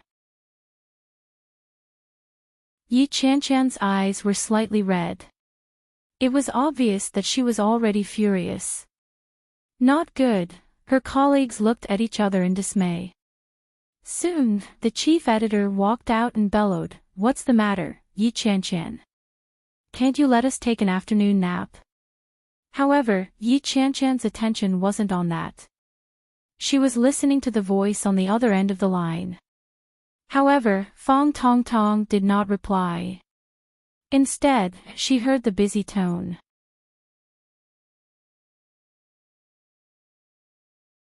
Chapter 1777. The chief editor had already walked forward. Just as she was about to say something, she saw Yi Qianqian's reddened eyes. Yi Qianqian stared at the call screen on her cell phone. Her eyes welled up with tears. The chief editor did not expect Yi Qianqian to be like this. In the past 3 to 4 years, no one in the office had ever seen Yi Qianqian cry. Yi Qianqian's tears fell, but she quickly wiped them away and said, "It's nothing." Sitting down again, the chief editor had already put away her aggressive attitude. She walked up and asked softly, "What's wrong?" Yi Qianqian tried her best to curl her lips into a smile, but her muscles were too tense. When she smiled, she looked even uglier than when she cried. The chief editor's heart tightened. She handed a tissue to Yi Qianqian and said, "Don't cry. Don't cry." It would have been better if the chief editor hadn't said anything. As soon as she did, Yi Qianqian felt that everyone around her was looking at her. She pursed her lips and couldn't help but whimper softly. She choked out, "It's fine. Go away. It's so embarrassing." The editor-in-chief was almost amused by her, but she felt that it would be too unkind to laugh when someone else was crying. He coughed lightly and said, "If that's the case, I'm leaving." "Wait a minute." Yi Qianqian whimpered. The chief editor stopped, turned around, and asked, "What's wrong?" "I want to apply for leave." Chief editor, by the time he hailed a cab home, Fong Tongtong had already left. Along the way, Yi Qianqian called Fong Tongtong several times. In the beginning, no one answered. Later on, she couldn't get through. It was obvious that Fong Tongtong had blocked her number. Yi Qianqian sat on the sofa and stared at the ceiling above her. She was in a daze. She sat there and stared at the ceiling above her. After lying in bed for a long time, Yi Qianqian finally remembered to call Shenjilia. It was as if Shenjilia had been waiting for his cell phone. He answered the call immediately. "Hello, Qianqian." It was a familiar voice. It was as pleasant to the ears as before, and it made her emotions fluctuate. But at that moment, when Yi Qianqian heard the voice, she felt her heart tighten. Shenjilia. Yi Qianqian's throat was a little dry and sounded a little hoarse. When Shenjilia heard that, he felt that something was amiss. He looked at the time. It was 2 p.m. He still had the time to call at this time. He should not be busy, right? I don't need to work overtime today, right? Yeah, Yi Qianqian replied. Shenjilia. Yes. Tell me honestly, what's your relationship with Fong Tongtong? I think I made myself very clear this morning. There's nothing between me and Fong Tongtong. The only relationship we have is that I'm your boyfriend, and she's your bestie. However, I feel that your bestie isn't innocent. Can we not contact each other in the future? Fong Tongtong's eyes widened. Is that so? Yi Qianqian was a little confused. You've been acting weird lately. I didn't mean to hide it from you, Qianqian. I just didn't want you to worry. No, I'm not talking about your hospitalization. In the past, you wouldn't explain so much in one sentence. In the past, you would only tell me that you have nothing to do with her, but now you're telling me not to contact her. What do you mean? You're tuning into the LoveLore Library YouTube channel. We're so grateful for your support, and don't forget to subscribe to join us on this incredible journey through captivating stories. Your generosity through donations truly makes a world of difference, as it's the primary source of revenue that allows me to expand and enhance this channel for you. Thank you from the bottom of my heart for being a part of this adventure.